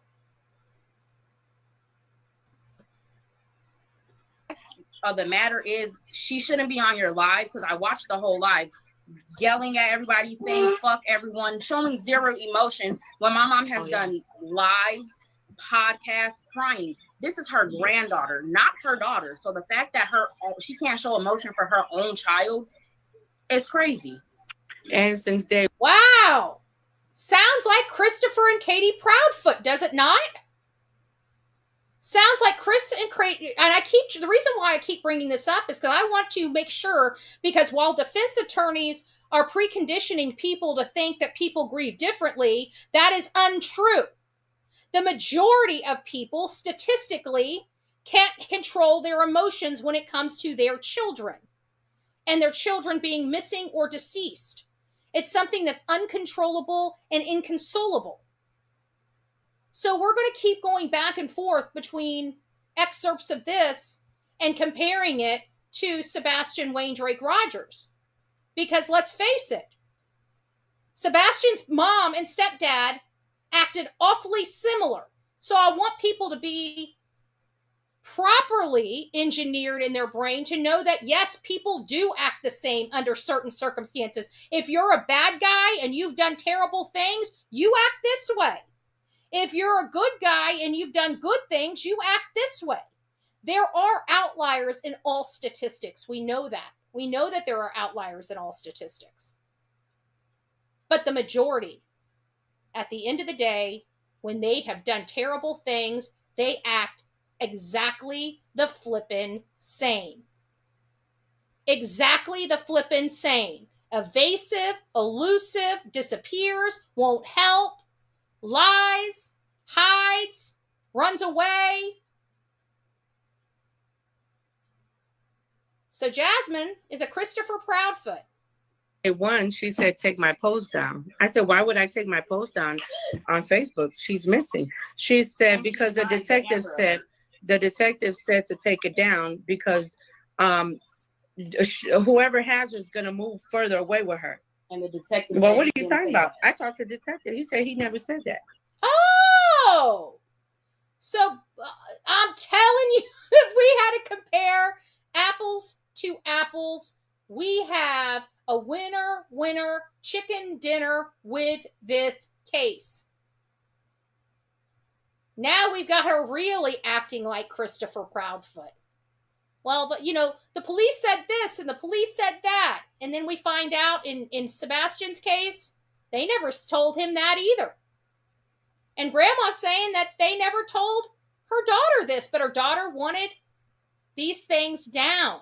She is just like, yes, Rev, absolutely. It seems whatever I say in this chat will not be welcome. How unfortunate. Be blessed, everyone. Well, it has nothing to do with it. I think when you come in here and you start making statements like, is this in your community? And we're advocating and actually exposing, because I think this grandma has some major issues with her. So much so, I don't think she should be taking care of her grandchildren. But moreover, you're coming into somebody's chat, somebody's live chat, and being disrespectful. You may say that your statement was respectful. I took high offense to it. And so did my chat. So yeah, at that point, people are probably going to tune you out, but it's because of your actions coming into this chat.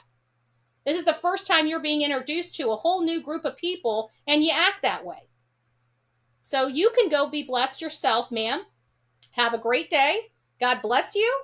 But maybe your tone probably instigated a lot of the feelings you're receiving from my chat. So maybe next day, tomorrow, a day or two away, maybe you can come out back here and be a little more friendly to the people that are advocating for this beautiful child.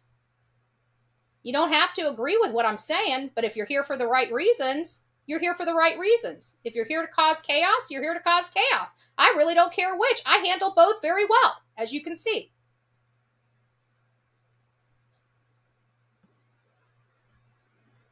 They wouldn't tell you to do that. That's why they have the first 48.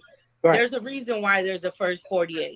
Mm-hmm. Those are the crucial moments. Let's get this.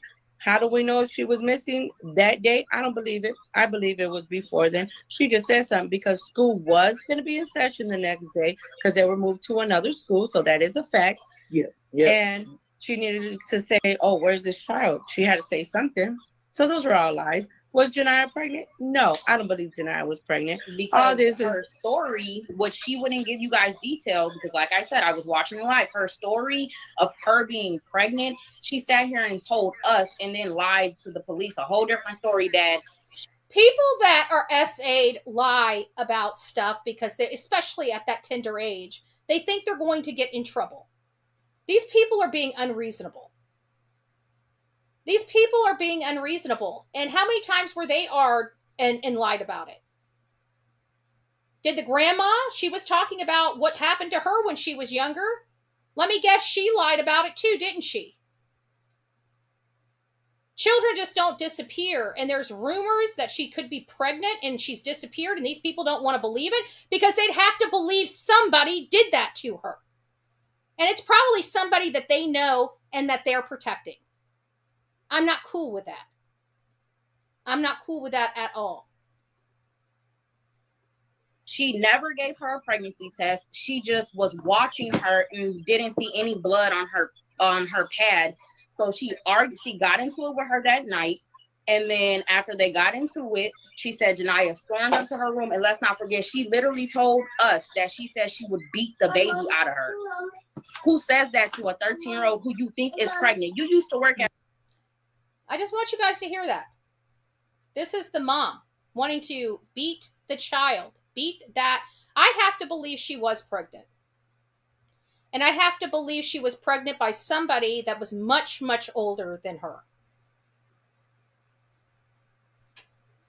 This is one sick, twisted family. These people knew what was going on and failed to do anything. I'm not giving them accolades because now they're breaking their silence. I'm not doing that. I'm not doing that at all. They failed this child. This whole situation is because this entire family knew what was going on with this child and failed to believe it or failed to act. You don't sit there and assume when you have a child being hurt, SA'd, you report it. You don't beat the child with a belt because of it. These people are sick. And they don't even know how sick they are. At Family Dollars, you know how much a pregnancy test costs. You can buy $1 pregnancy test. And only because I kept going over there, because she cut all contact again with my mom. I kept going over there for my mom during all of this happening and recording stuff that they were sitting here bashing her. Kiara's mother was saying how her vagina is hot. They were saying she's going to get what she deserved. They were laughing. And she's not saying nothing to them. And I'm just standing there like, there's no way, saying she's out here running around with gangs and all type of stuff. Come on now. You're lying. And I'm your sister. I know when you're lying. Just this whole life. No remorse at all. Jasmine is nothing but a pathological liar. She believes her own lies. And yes, she is in an abusive relationship. I thought this was one of her grandchildren, but this is her other daughter, Unique. This is Jay Sean's girlfriend, and her boyfriend is the one that is the original, right? The one that she originally said that assaulted her the first time 2 years ago. Relationship. She left those kids at that house that she claimed that she was moving out of. They weren't moving. No, me and my mom went over there and fed those kids. They were outside throwing up in front of the ambulance and the police. CPS got called on her, and I'm inside the house. She's forcing the kids to clean up, or they're going to take her away. They're going to take them away from her. And the only reason why she was able to keep them kids was because my mom allowed her to move in my house. Well, not even our house. She allowed them to move in order to keep the kids. Just how she tried to sit here and bash my mom and say that my mom.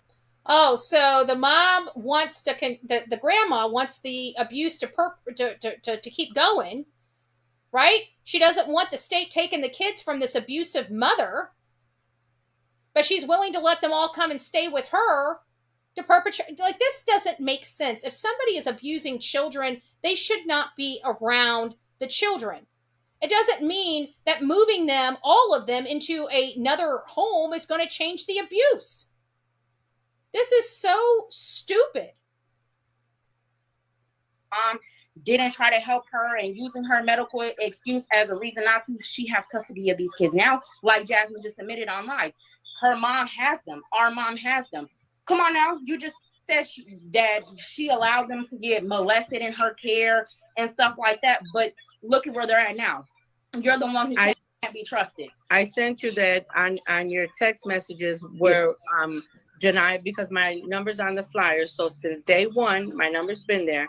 Mm-hmm. I got all type of calls, all tips, all type of stuff. And her little friends were reaching out, where that one friend reached. Before she goes too far in here, let me just give for people that are here or ever come across my channel, please do yourself a favor. I know when things are happening, you want information, you want to give people your phone number to call, but when you're in a situation like this, you get crackpots. It is my suggestion, never give out your personal private number. It is so easy to set up a Google Voice number and have that redirected to your cell phone where your private contact information is not out there. This doesn't go to this grandmother. This is across the board. If anybody is ever dealing with this and you need to set up a line for calls, please do that through Google Voice. I know a lot of people don't think about that and end up giving their numbers out, but you have every single crackpot imaginable, people that are, not right upstairs calling you, telling you horrible stories about what they believe happened. It's awful. So just, and it's something that can be transferred, right? So if you have a Google phone and say you go to work, you can transfer that number to somebody else's cell phone to man the phones while you're at work. It's a lot better process to use than handing out your private phone number. Just FYI for anybody in the future, if you ever have an experience like this, please advise the people to set up a line. It's free of charge. You do it through Google Voice. Out and asked me. That's why I sent the proof. Did Janiah tell you that Kiara, her mom's girlfriend was touching her? No. How? Molesting her. It says right there. It's the proof. I don't have to lie about it. So what are they trying to do? Trying to cover it up? My second oldest granddaughter is the one who said that Kiara's dad is the one, the stepdad, Nathaniel Walker, is the one that was molesting her and molesting Ja'Niyah. And they took it because he said he was going to go down to the next 2 little ones. And they just took it because they didn't want him touching them. You could ask her. I mean, why, you can't ask her because, she's a minor, but this came from her. Oh, you can't ask her because she's a minor, but all of these people have been SA'd and are around people that have SA'd them and then put young children in front of these people. Nothing to see over here. Where's the common sense? This is exactly how our children are preyed.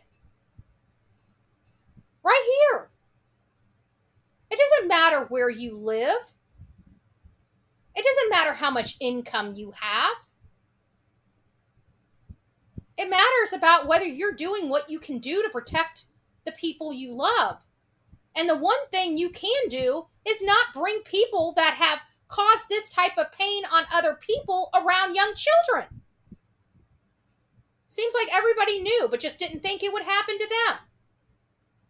There's no reason for me to know that. The sister, the sibling that it came from, just if you can back up, tell me the sibling it came from again that said that she knows that Nathaniel, we talking about 62-year-old Nathaniel Walker was indeed, taking advantage of Ja'Niyah and her, I guess the second oldest, if I'm saying second oldest. So there you go. Now this is the third or fourth person. Do you guys understand this? So Tayshawn was the first we heard about 2 years ago when this child was probably anywhere between 10 to 12 years old. Okay? Or maybe I should say 11 to 12 years old. 11 to 12 years old. Somewhere around there. No, she was 13. 2 years before that would have made her 11. So 10 to 11 would have been from the first time I can find out when somebody actually went through with the process, okay? That was when she was 10 to 11 years old. The first one. Now she's talking about some teenage boys giving her a little attention and taking her off. Now, believe it or not, she's already had experience of her. That's what people are supposed to do, right? Because she was treated that way at such a young age. In her mind, in her young mind, she believes that that's what adults do, okay? So then she's coerced, and that's what I believe it was, coercion. These are high school boys going into college. They have no reason to be laying down with a 12-year-old child. So that was another one. Then we find out Jasmine's new girlfriend, Kiera, and her father, her stepfather, are abusing these children. So since this child has been, it is like a Maddie Soto case. The difference is this isn't just this is not just one bad person. This is multiple bad people and an entire family turning the other cheek and allowing it to happen and doing very little to stop it. I don't need to be in this community to have an opinion about this. I feel some type of way. I feel like this child has been in danger for a long time, and I'm not shocked that we're here after listening to 16 minutes of this grandmother. Right. Second oldest. I'll just say second oldest. I'm trying not to say her name on the live stream. Yeah, so I'm not going to say her name neither. Yeah, right. Second oldest. And she witnessed this, and this was discussed with police or CPS. Thank you, Greg. She disclosed it to her godmother, which is Jasmine, and Jasmine's the one who I don't know, Seed or maybe the last name. Oh, Sneed, right? And I will send you her phone number, and she's willing to talk. And I have that recording as well, where she said that because she sent Deja out there with her because Deja was a problem out here. So she was going to let Deja, and look, I'm saying her name. But anyway, she said she was going to let her be out there for the summertime, and she was going to keep her and stuff. And Kiera made her come back. She was mad. My granddaughter did not want to go back to that home. She was crying and screaming all type of stuff. She didn't want to go back, but she did tell her godmother what Nathaniel Walker did to her and to Ja'Niyah. And that's just like, they didn't even want to go back to her when. So again, these people keep talking about all of this abuse to this child and keep explaining it. They have dismissed Jay Sean's abuse. They have dismissed these teenagers' abuse of her. And they justified whipping this child after being treated like this since she was 10 years old. Like, what is wrong with these people? Children just don't act like this. I'm sorry. They don't. And if anybody thinks that this is okay behavior from adults, it's not. Olivia had custody of her kids. So while she's bashing Olivia, Olivia had custody of her kids. But she only took them back because Kiara made her. Kiara controls everything she does in their relationship. All the, I'm trying to find myself, that's why I don't have Facebook. All of that is a lie. Jasmine has had Facebook for years upon end, posting her entire life. So at the fact that you just magically are off of Facebook, disconnected from the world, can't nobody see your kids? Yes, Darnell was allowing my mom to see them kids. Mm-hmm. Why? Because they've had a relationship with her this whole time. And the fact that she's sitting here trying to paint Kiara's family to be all holy, they're not. They were all talking mess about Ja'Niyah when she first got missing, laughing about the situation. Mm-hmm. They thought it was funny. They even called the police because the people who were searching across the street were us. We were across the street looking in abandoned buildings. She called the police on us. And they didn't. Wow, this is sounding more and more like the Proudfoot playbook.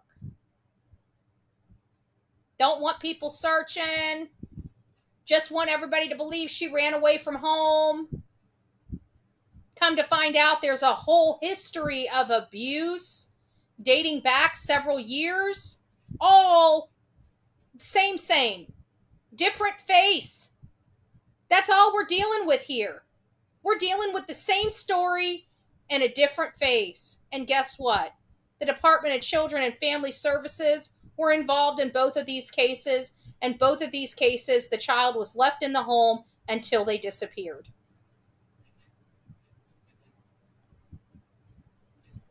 Do nothing to us because we weren't doing nothing but passing out flyers and knocking on doors and asking about their cameras, if their doorbell cameras, if they could please, look at them, if there's anything they see, if they could report it. Also, the mom was on there yesterday talking about that. I'm the one who said that Janiah was pregnant. How would I even say that if we didn't even see the kids? I didn't see them kids for a whole year because she didn't let us see them, and we only seen Janiah on her birthday just that day. And my boyfriend did take them cupcakes, and because they were sneak calling me and telling me that they were fighting in the home and everything that was getting done to them. When I went in her house and I looked in their rooms, all that was in there was a bed and nothing else. There wasn't no dresser in that room. There wasn't no toys. There wasn't no TV, nothing. And she always told them, go to the room, stay in the room. I would like to know what this grandma, her assumptions, now that she knows that her grandchild has been abused at such a tender age and has been abused from that time all the way up until the time she disappeared by several different adults having their way. Adults. I wonder what the grandmother's opinion of the situation is. I would like to see, because it sounds like she gives a shit, right? It sounds like she's out there with flyers. She knows her daughter's not acting right. She's being vocal about it, right? She seems like she does care. The problem is she missed all of the signs before we got here. She was proud that her granddaughter was punished after being left at a hotel. Why would a child her age be that curious? Why did not one adult in this child's life pull her aside and ask her what happened? Especially a woman that says that she herself has this same experience as a younger person. When I see behavioral changes one of the first things I ask is, has this child been SA'd? All right, and my next question is, when they say no, are you sure? Have you asked? Because usually when children start making this about face change in their life, something's going on behind the scenes. And that's for you parents to know as well. A lot of people want to chalk it up to being adolescents. And yes, children have, they go through hormones and stuff like that and, pushing their limits and stuff. But when you see a major, major change, you need to step back and find out, is somebody abusing your child, boy or girl? Because typically, something's going on in their life that they're not telling you truthfully about.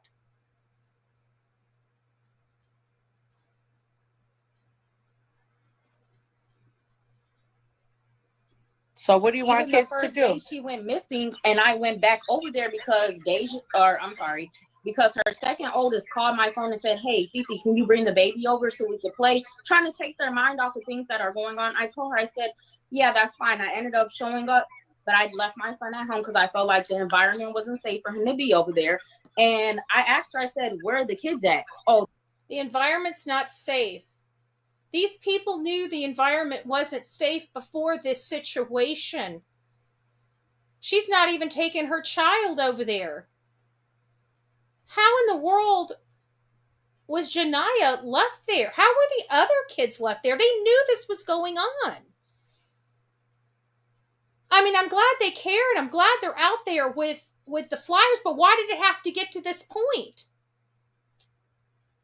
And I know it comes down to the shoulda, woulda, couldas and, not believing that it could ever happen to them. But this is how the ingredients are made. they're asleep. Girl, it's 6 o'clock in the afternoon. Why are they upstairs in their room?" And eventually they came downstairs. They were never asleep. You have these kids locked away 24/7 in their rooms, God knows what, and you're not feeding them because they're malnourished. And when they got with my mom, she has records and everything. They've gained weight with her, properly taken care of, in therapy and everything. Stuff that Jasmine has not done for these kids. So, and she's the person who really needs therapy because you're messing your kids' lives up and you don't even know it. I agree, but I also want them to go back and listen to this interview. And I hope to God that this grandmother wakes up and looks at all the red flags that they missed, that there was something going on in this child's life for years before they got here. Years.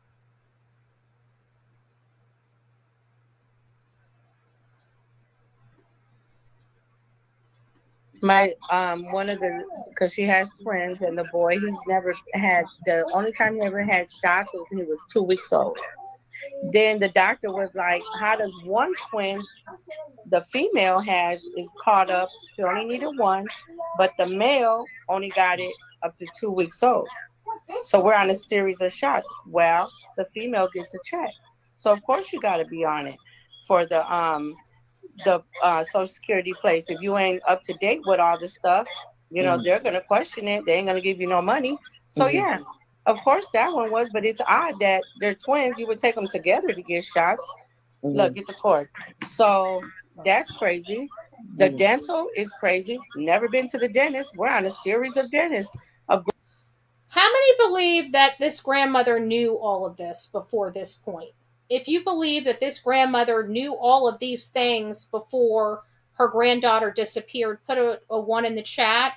If you don't believe she knew, put a 2 in the chat. If you feel uncomfortable or just truly don't know how you feel about it, put a 3 in the chat. I just want to gauge my audience here to find out where you guys stand on this.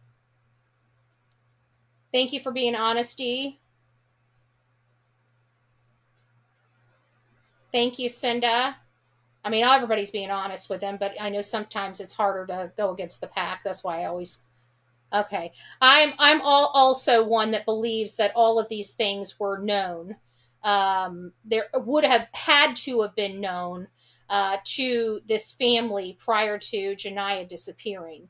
The probability of them not knowing all this information is highly unlikely, even in the contentious relationship that they had. So, in my opinion, they knew this. They turned the other cheek. I don't think they turned the other. I think they turned the other cheek for several reasons. I think they turned the other cheek because they knew that Jasmine needed money to take care of these kids and didn't want anything to jeopardize it. From my understanding, she had 6 children, and so that would make it very, very difficult for really the family to help with the other children. Now, if I'm accurate on that, I believe it was 6 children. I heard. So it makes it more difficult because I have to think, a lot of people don't want to believe this, but in all fairness, being poor is has a lot to do, in my opinion, of this. I think the history of the family, I don't think any of their upbringing, I call it a pre-existing condition, right? It goes from generation to generation to generation. Those that really have a lot of wealth, typically the wealth stays in the family, right? You know what I'm saying?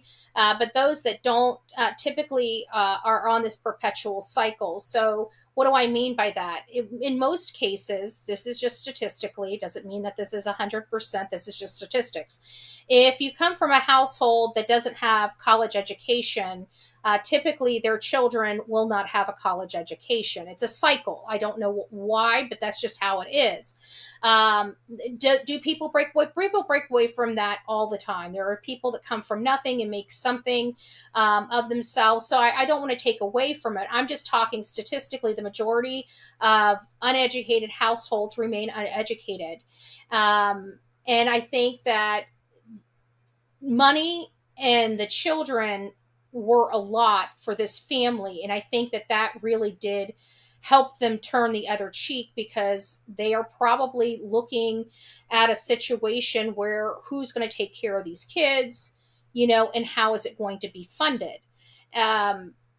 At least I would be thinking of that. I'm not a greedy person. I don't consider myself a greedy person. But I would definitely be looking at the bottom line, right? The kids are all together. If something happens, the kids would be separated. I don't know if that went through their minds, but I have to think something along those lines did go through their mind.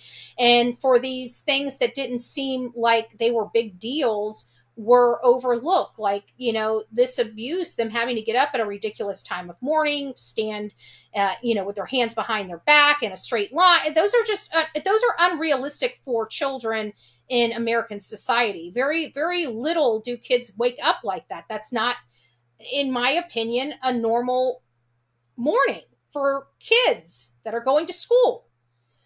So there was a lot of red flags that I think that this family overlooked or blamed something, so they didn't have to look any further. Yeah, there is that possibility, but there's all other possibilities that nobody wanted to look at, and those other possibilities ended up being probabilities, and now we have a missing child. And while I do believe her family loves her, and I do believe that they're praying to God she comes home safe, I also believe that they overlooked a lot of red flags that they knew were red flags at the time. And it's like, at this point, somebody like me is looking at this story and saying, a day late, a dollar short. Where was everybody at the time that Janiah needed them? She's 13 years old. What is she doing running off to a freaking hotel? Normal 13-year-olds just don't do that. And nobody ever stopped to ask why. Maybe they didn't want to know the answer. Going out with all of them because they've never been to a dentist. Mm-hmm. So medical neglect is there. But they want to bash me. Nope, she got a call. The sound went out again. I think it must be. Yeah, I can't hear right now.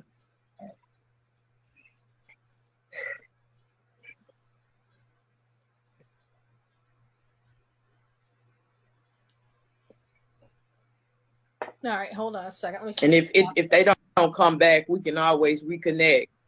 That's what's going on.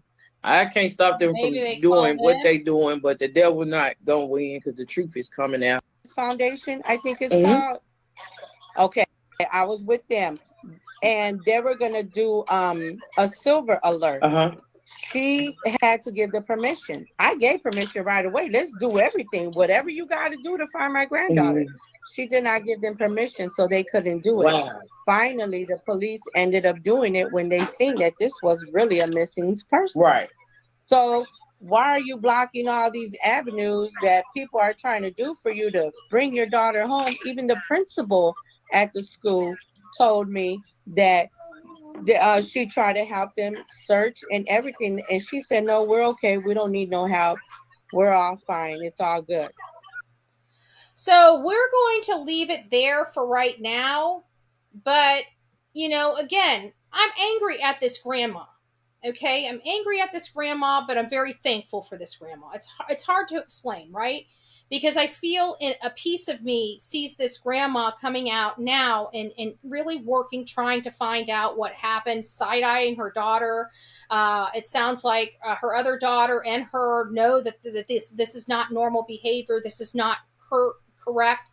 But I'm still angry because had they done something sooner, had they not punished Ja'Niyah for this activity and just tried to understand where is it coming from, maybe they would have learned a lot sooner all of the abuse she is going through.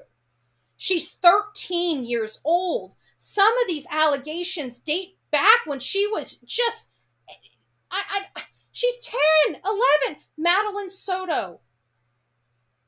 Soto-esque, I should say. I feel bad for her, but there's just a piece of me in my gut that just says, if you would have just fought for your granddaughter instead of punishing her, if you would have just looked at this situation a little bit differently. This child was used and abused from such a tender age, long before she should have ever been exposed to this kind of stuff. And people knew, and they kept saying, oh, she's lying. Oh, she's lying. Oh, well, she didn't tell the truth about that. We saw the video. She walked in willingly. How do you know that they didn't say that they had video games? I mean, how do you know? How do you know if they didn't say one thing and do another? How do you know?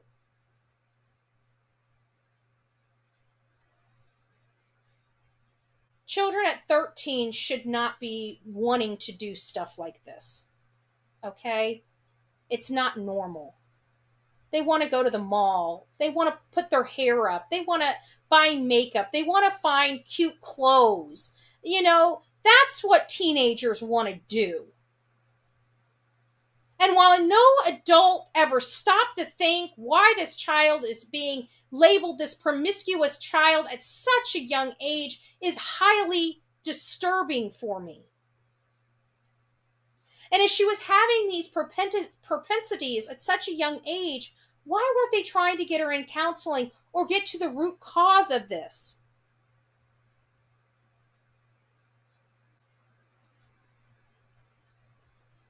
It just seems like a lot of missed opportunities, and here we are. Everybody knew that she got with a woman named Kiera, which was abusing her and abusing those kids, and nobody did a damn thing about it. And then she was accused of touching the kids, along with her pedo stepfather that did the same exact stuff to her, allegedly. And she put them around other children. And now a child is most likely prego and deceased because of that. And while this stuff was going on, I guarantee you, until her last breath, she was blamed for it all. And if that doesn't piss a lot of people off, I don't know what will. This child deserved better. It doesn't matter where you live. She deserved better than this. From everybody that said that they loved her.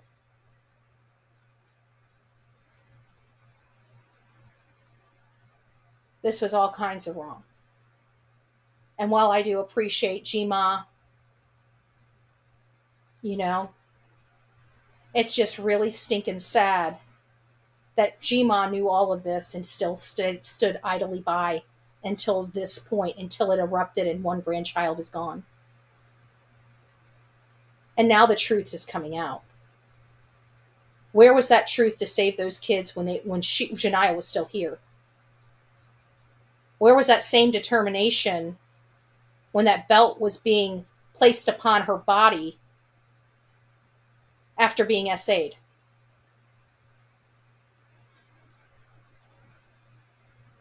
I just can't with this entire family. People can justify it all. Maybe I just don't understand what goes on in the hood. Okay, I've been in that hood. I can tell you that. I went down a long road to get to where I'm at today. Long road. And let me tell you, if I ever saw anything like this going on, even as far out there as I used to be, I would have reported it. And to think that these people are sober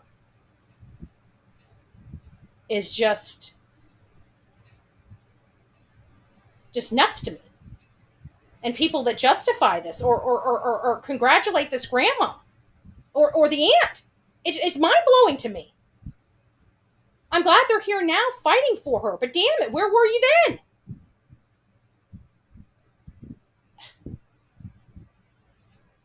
Anger. That's all I can say. All the way around.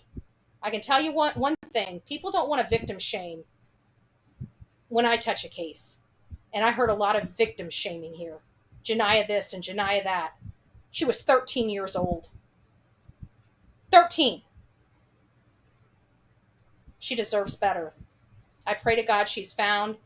It is my suggestion that the people that are searching on the grounds continue to search. But this child is most likely anywhere between 2 to 5 miles out from that house, wherever she is. That would be my targeted search area. If I was planning on a search, which I'm not going to because of the area, I've looked at the crime maps, and unless I've got a huge team going out there with me, it's not something that this channel will be undertaking. But my suggestion to the people that are out there really working to try to find her is search. We've got some clues. We got dirts on shoes that tells me that she's probably in a wooded or a muddier area. Is there any lakes around there? I would have to say that most people, predominant people, especially people in Indiana, don't like swimming in oceans and pools and stuff like that. So if they don't swim, you can eliminate water as a possibility. Now, people usually always work in areas that they're comfortable in.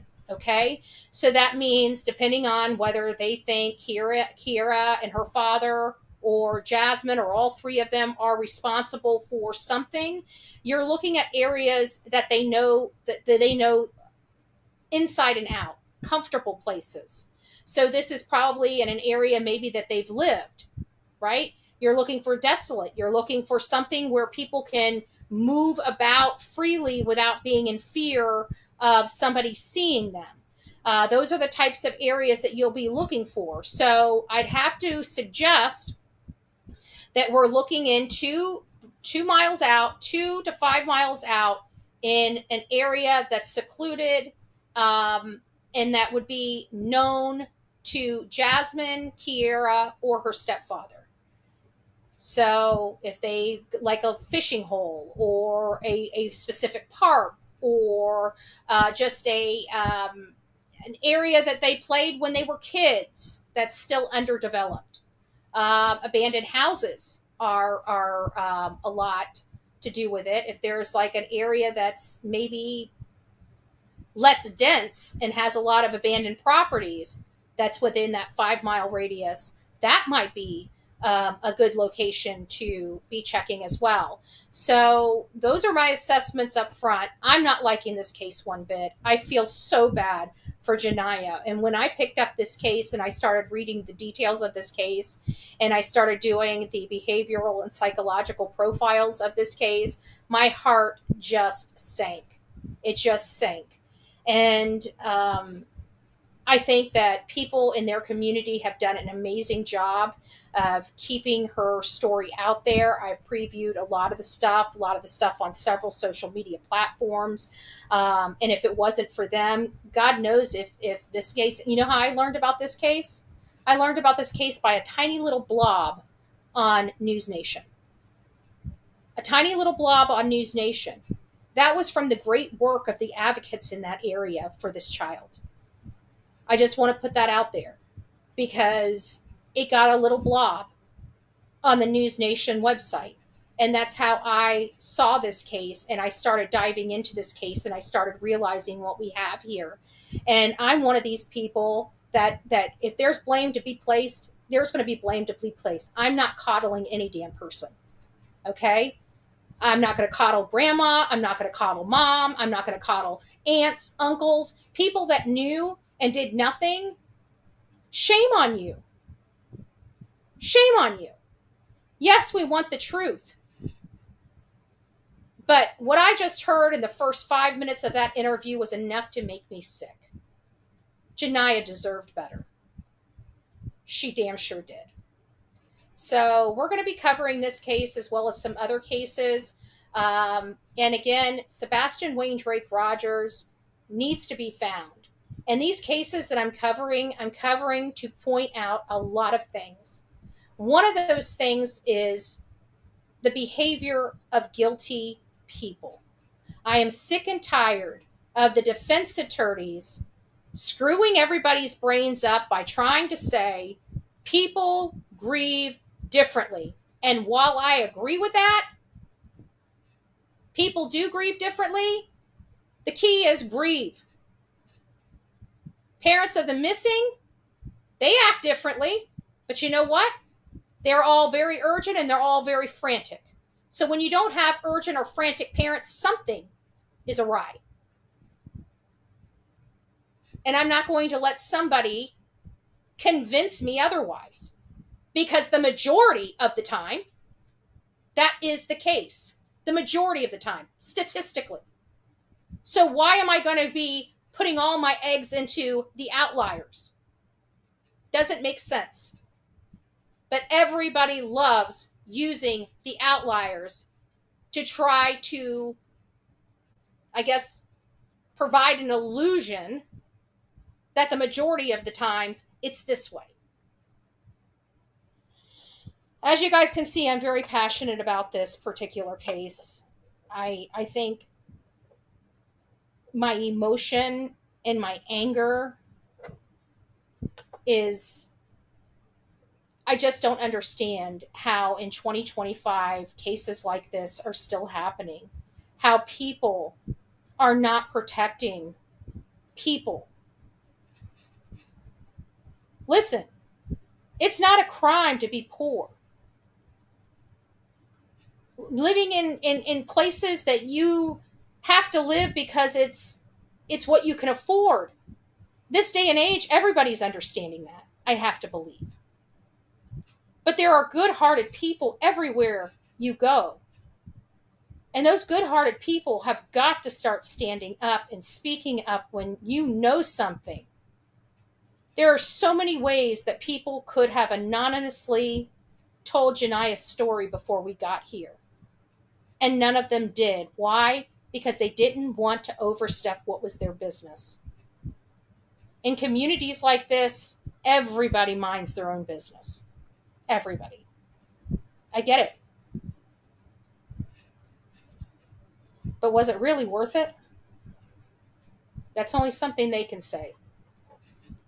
That's only something they can answer, right? Sometimes it is our business. Even folks that don't want to make anybody else's business theirs. This child could have been saved. and everybody just turned the other cheek. Everybody. That's not okay.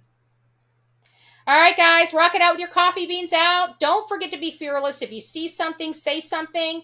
An ounce of prevention is worth a pound of cure. And until next time, please be safe. But more importantly, kind to one another. God bless each and every one of you. Rock it out with your coffee beans out. Happy Monday and Cinco de Mayo. God bless.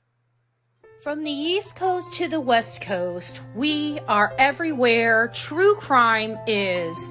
We are asking for the public's help. We are searching in the woods. We are doing what it takes here on the Bullhorn Betty channels to find answers to the most alarming cases we have been watching on the news. I can tell you personally that I have traveled this entire country seeking these answers and bringing that content right here to you here on the Bullhorn Betty channels and Bullhorn Betty Crime Stories. We are happy with the work that we've done. We've brought many answers to the public, and we have defied mainstream media in our pursuit of the truth in these cases. We will continue to work, we will continue to fight for these victims, and we will continue to tell their stories here on my channels. Welcome to the Bullhorn Betty brand of channels and the Coffee Club. Thank you for your love, thank you for your support, and more importantly, thank you for allowing me to bring these victims' stories to each and every one of you, advocating for each of these victims. God bless you, God bless America, and more importantly, God bless our victims.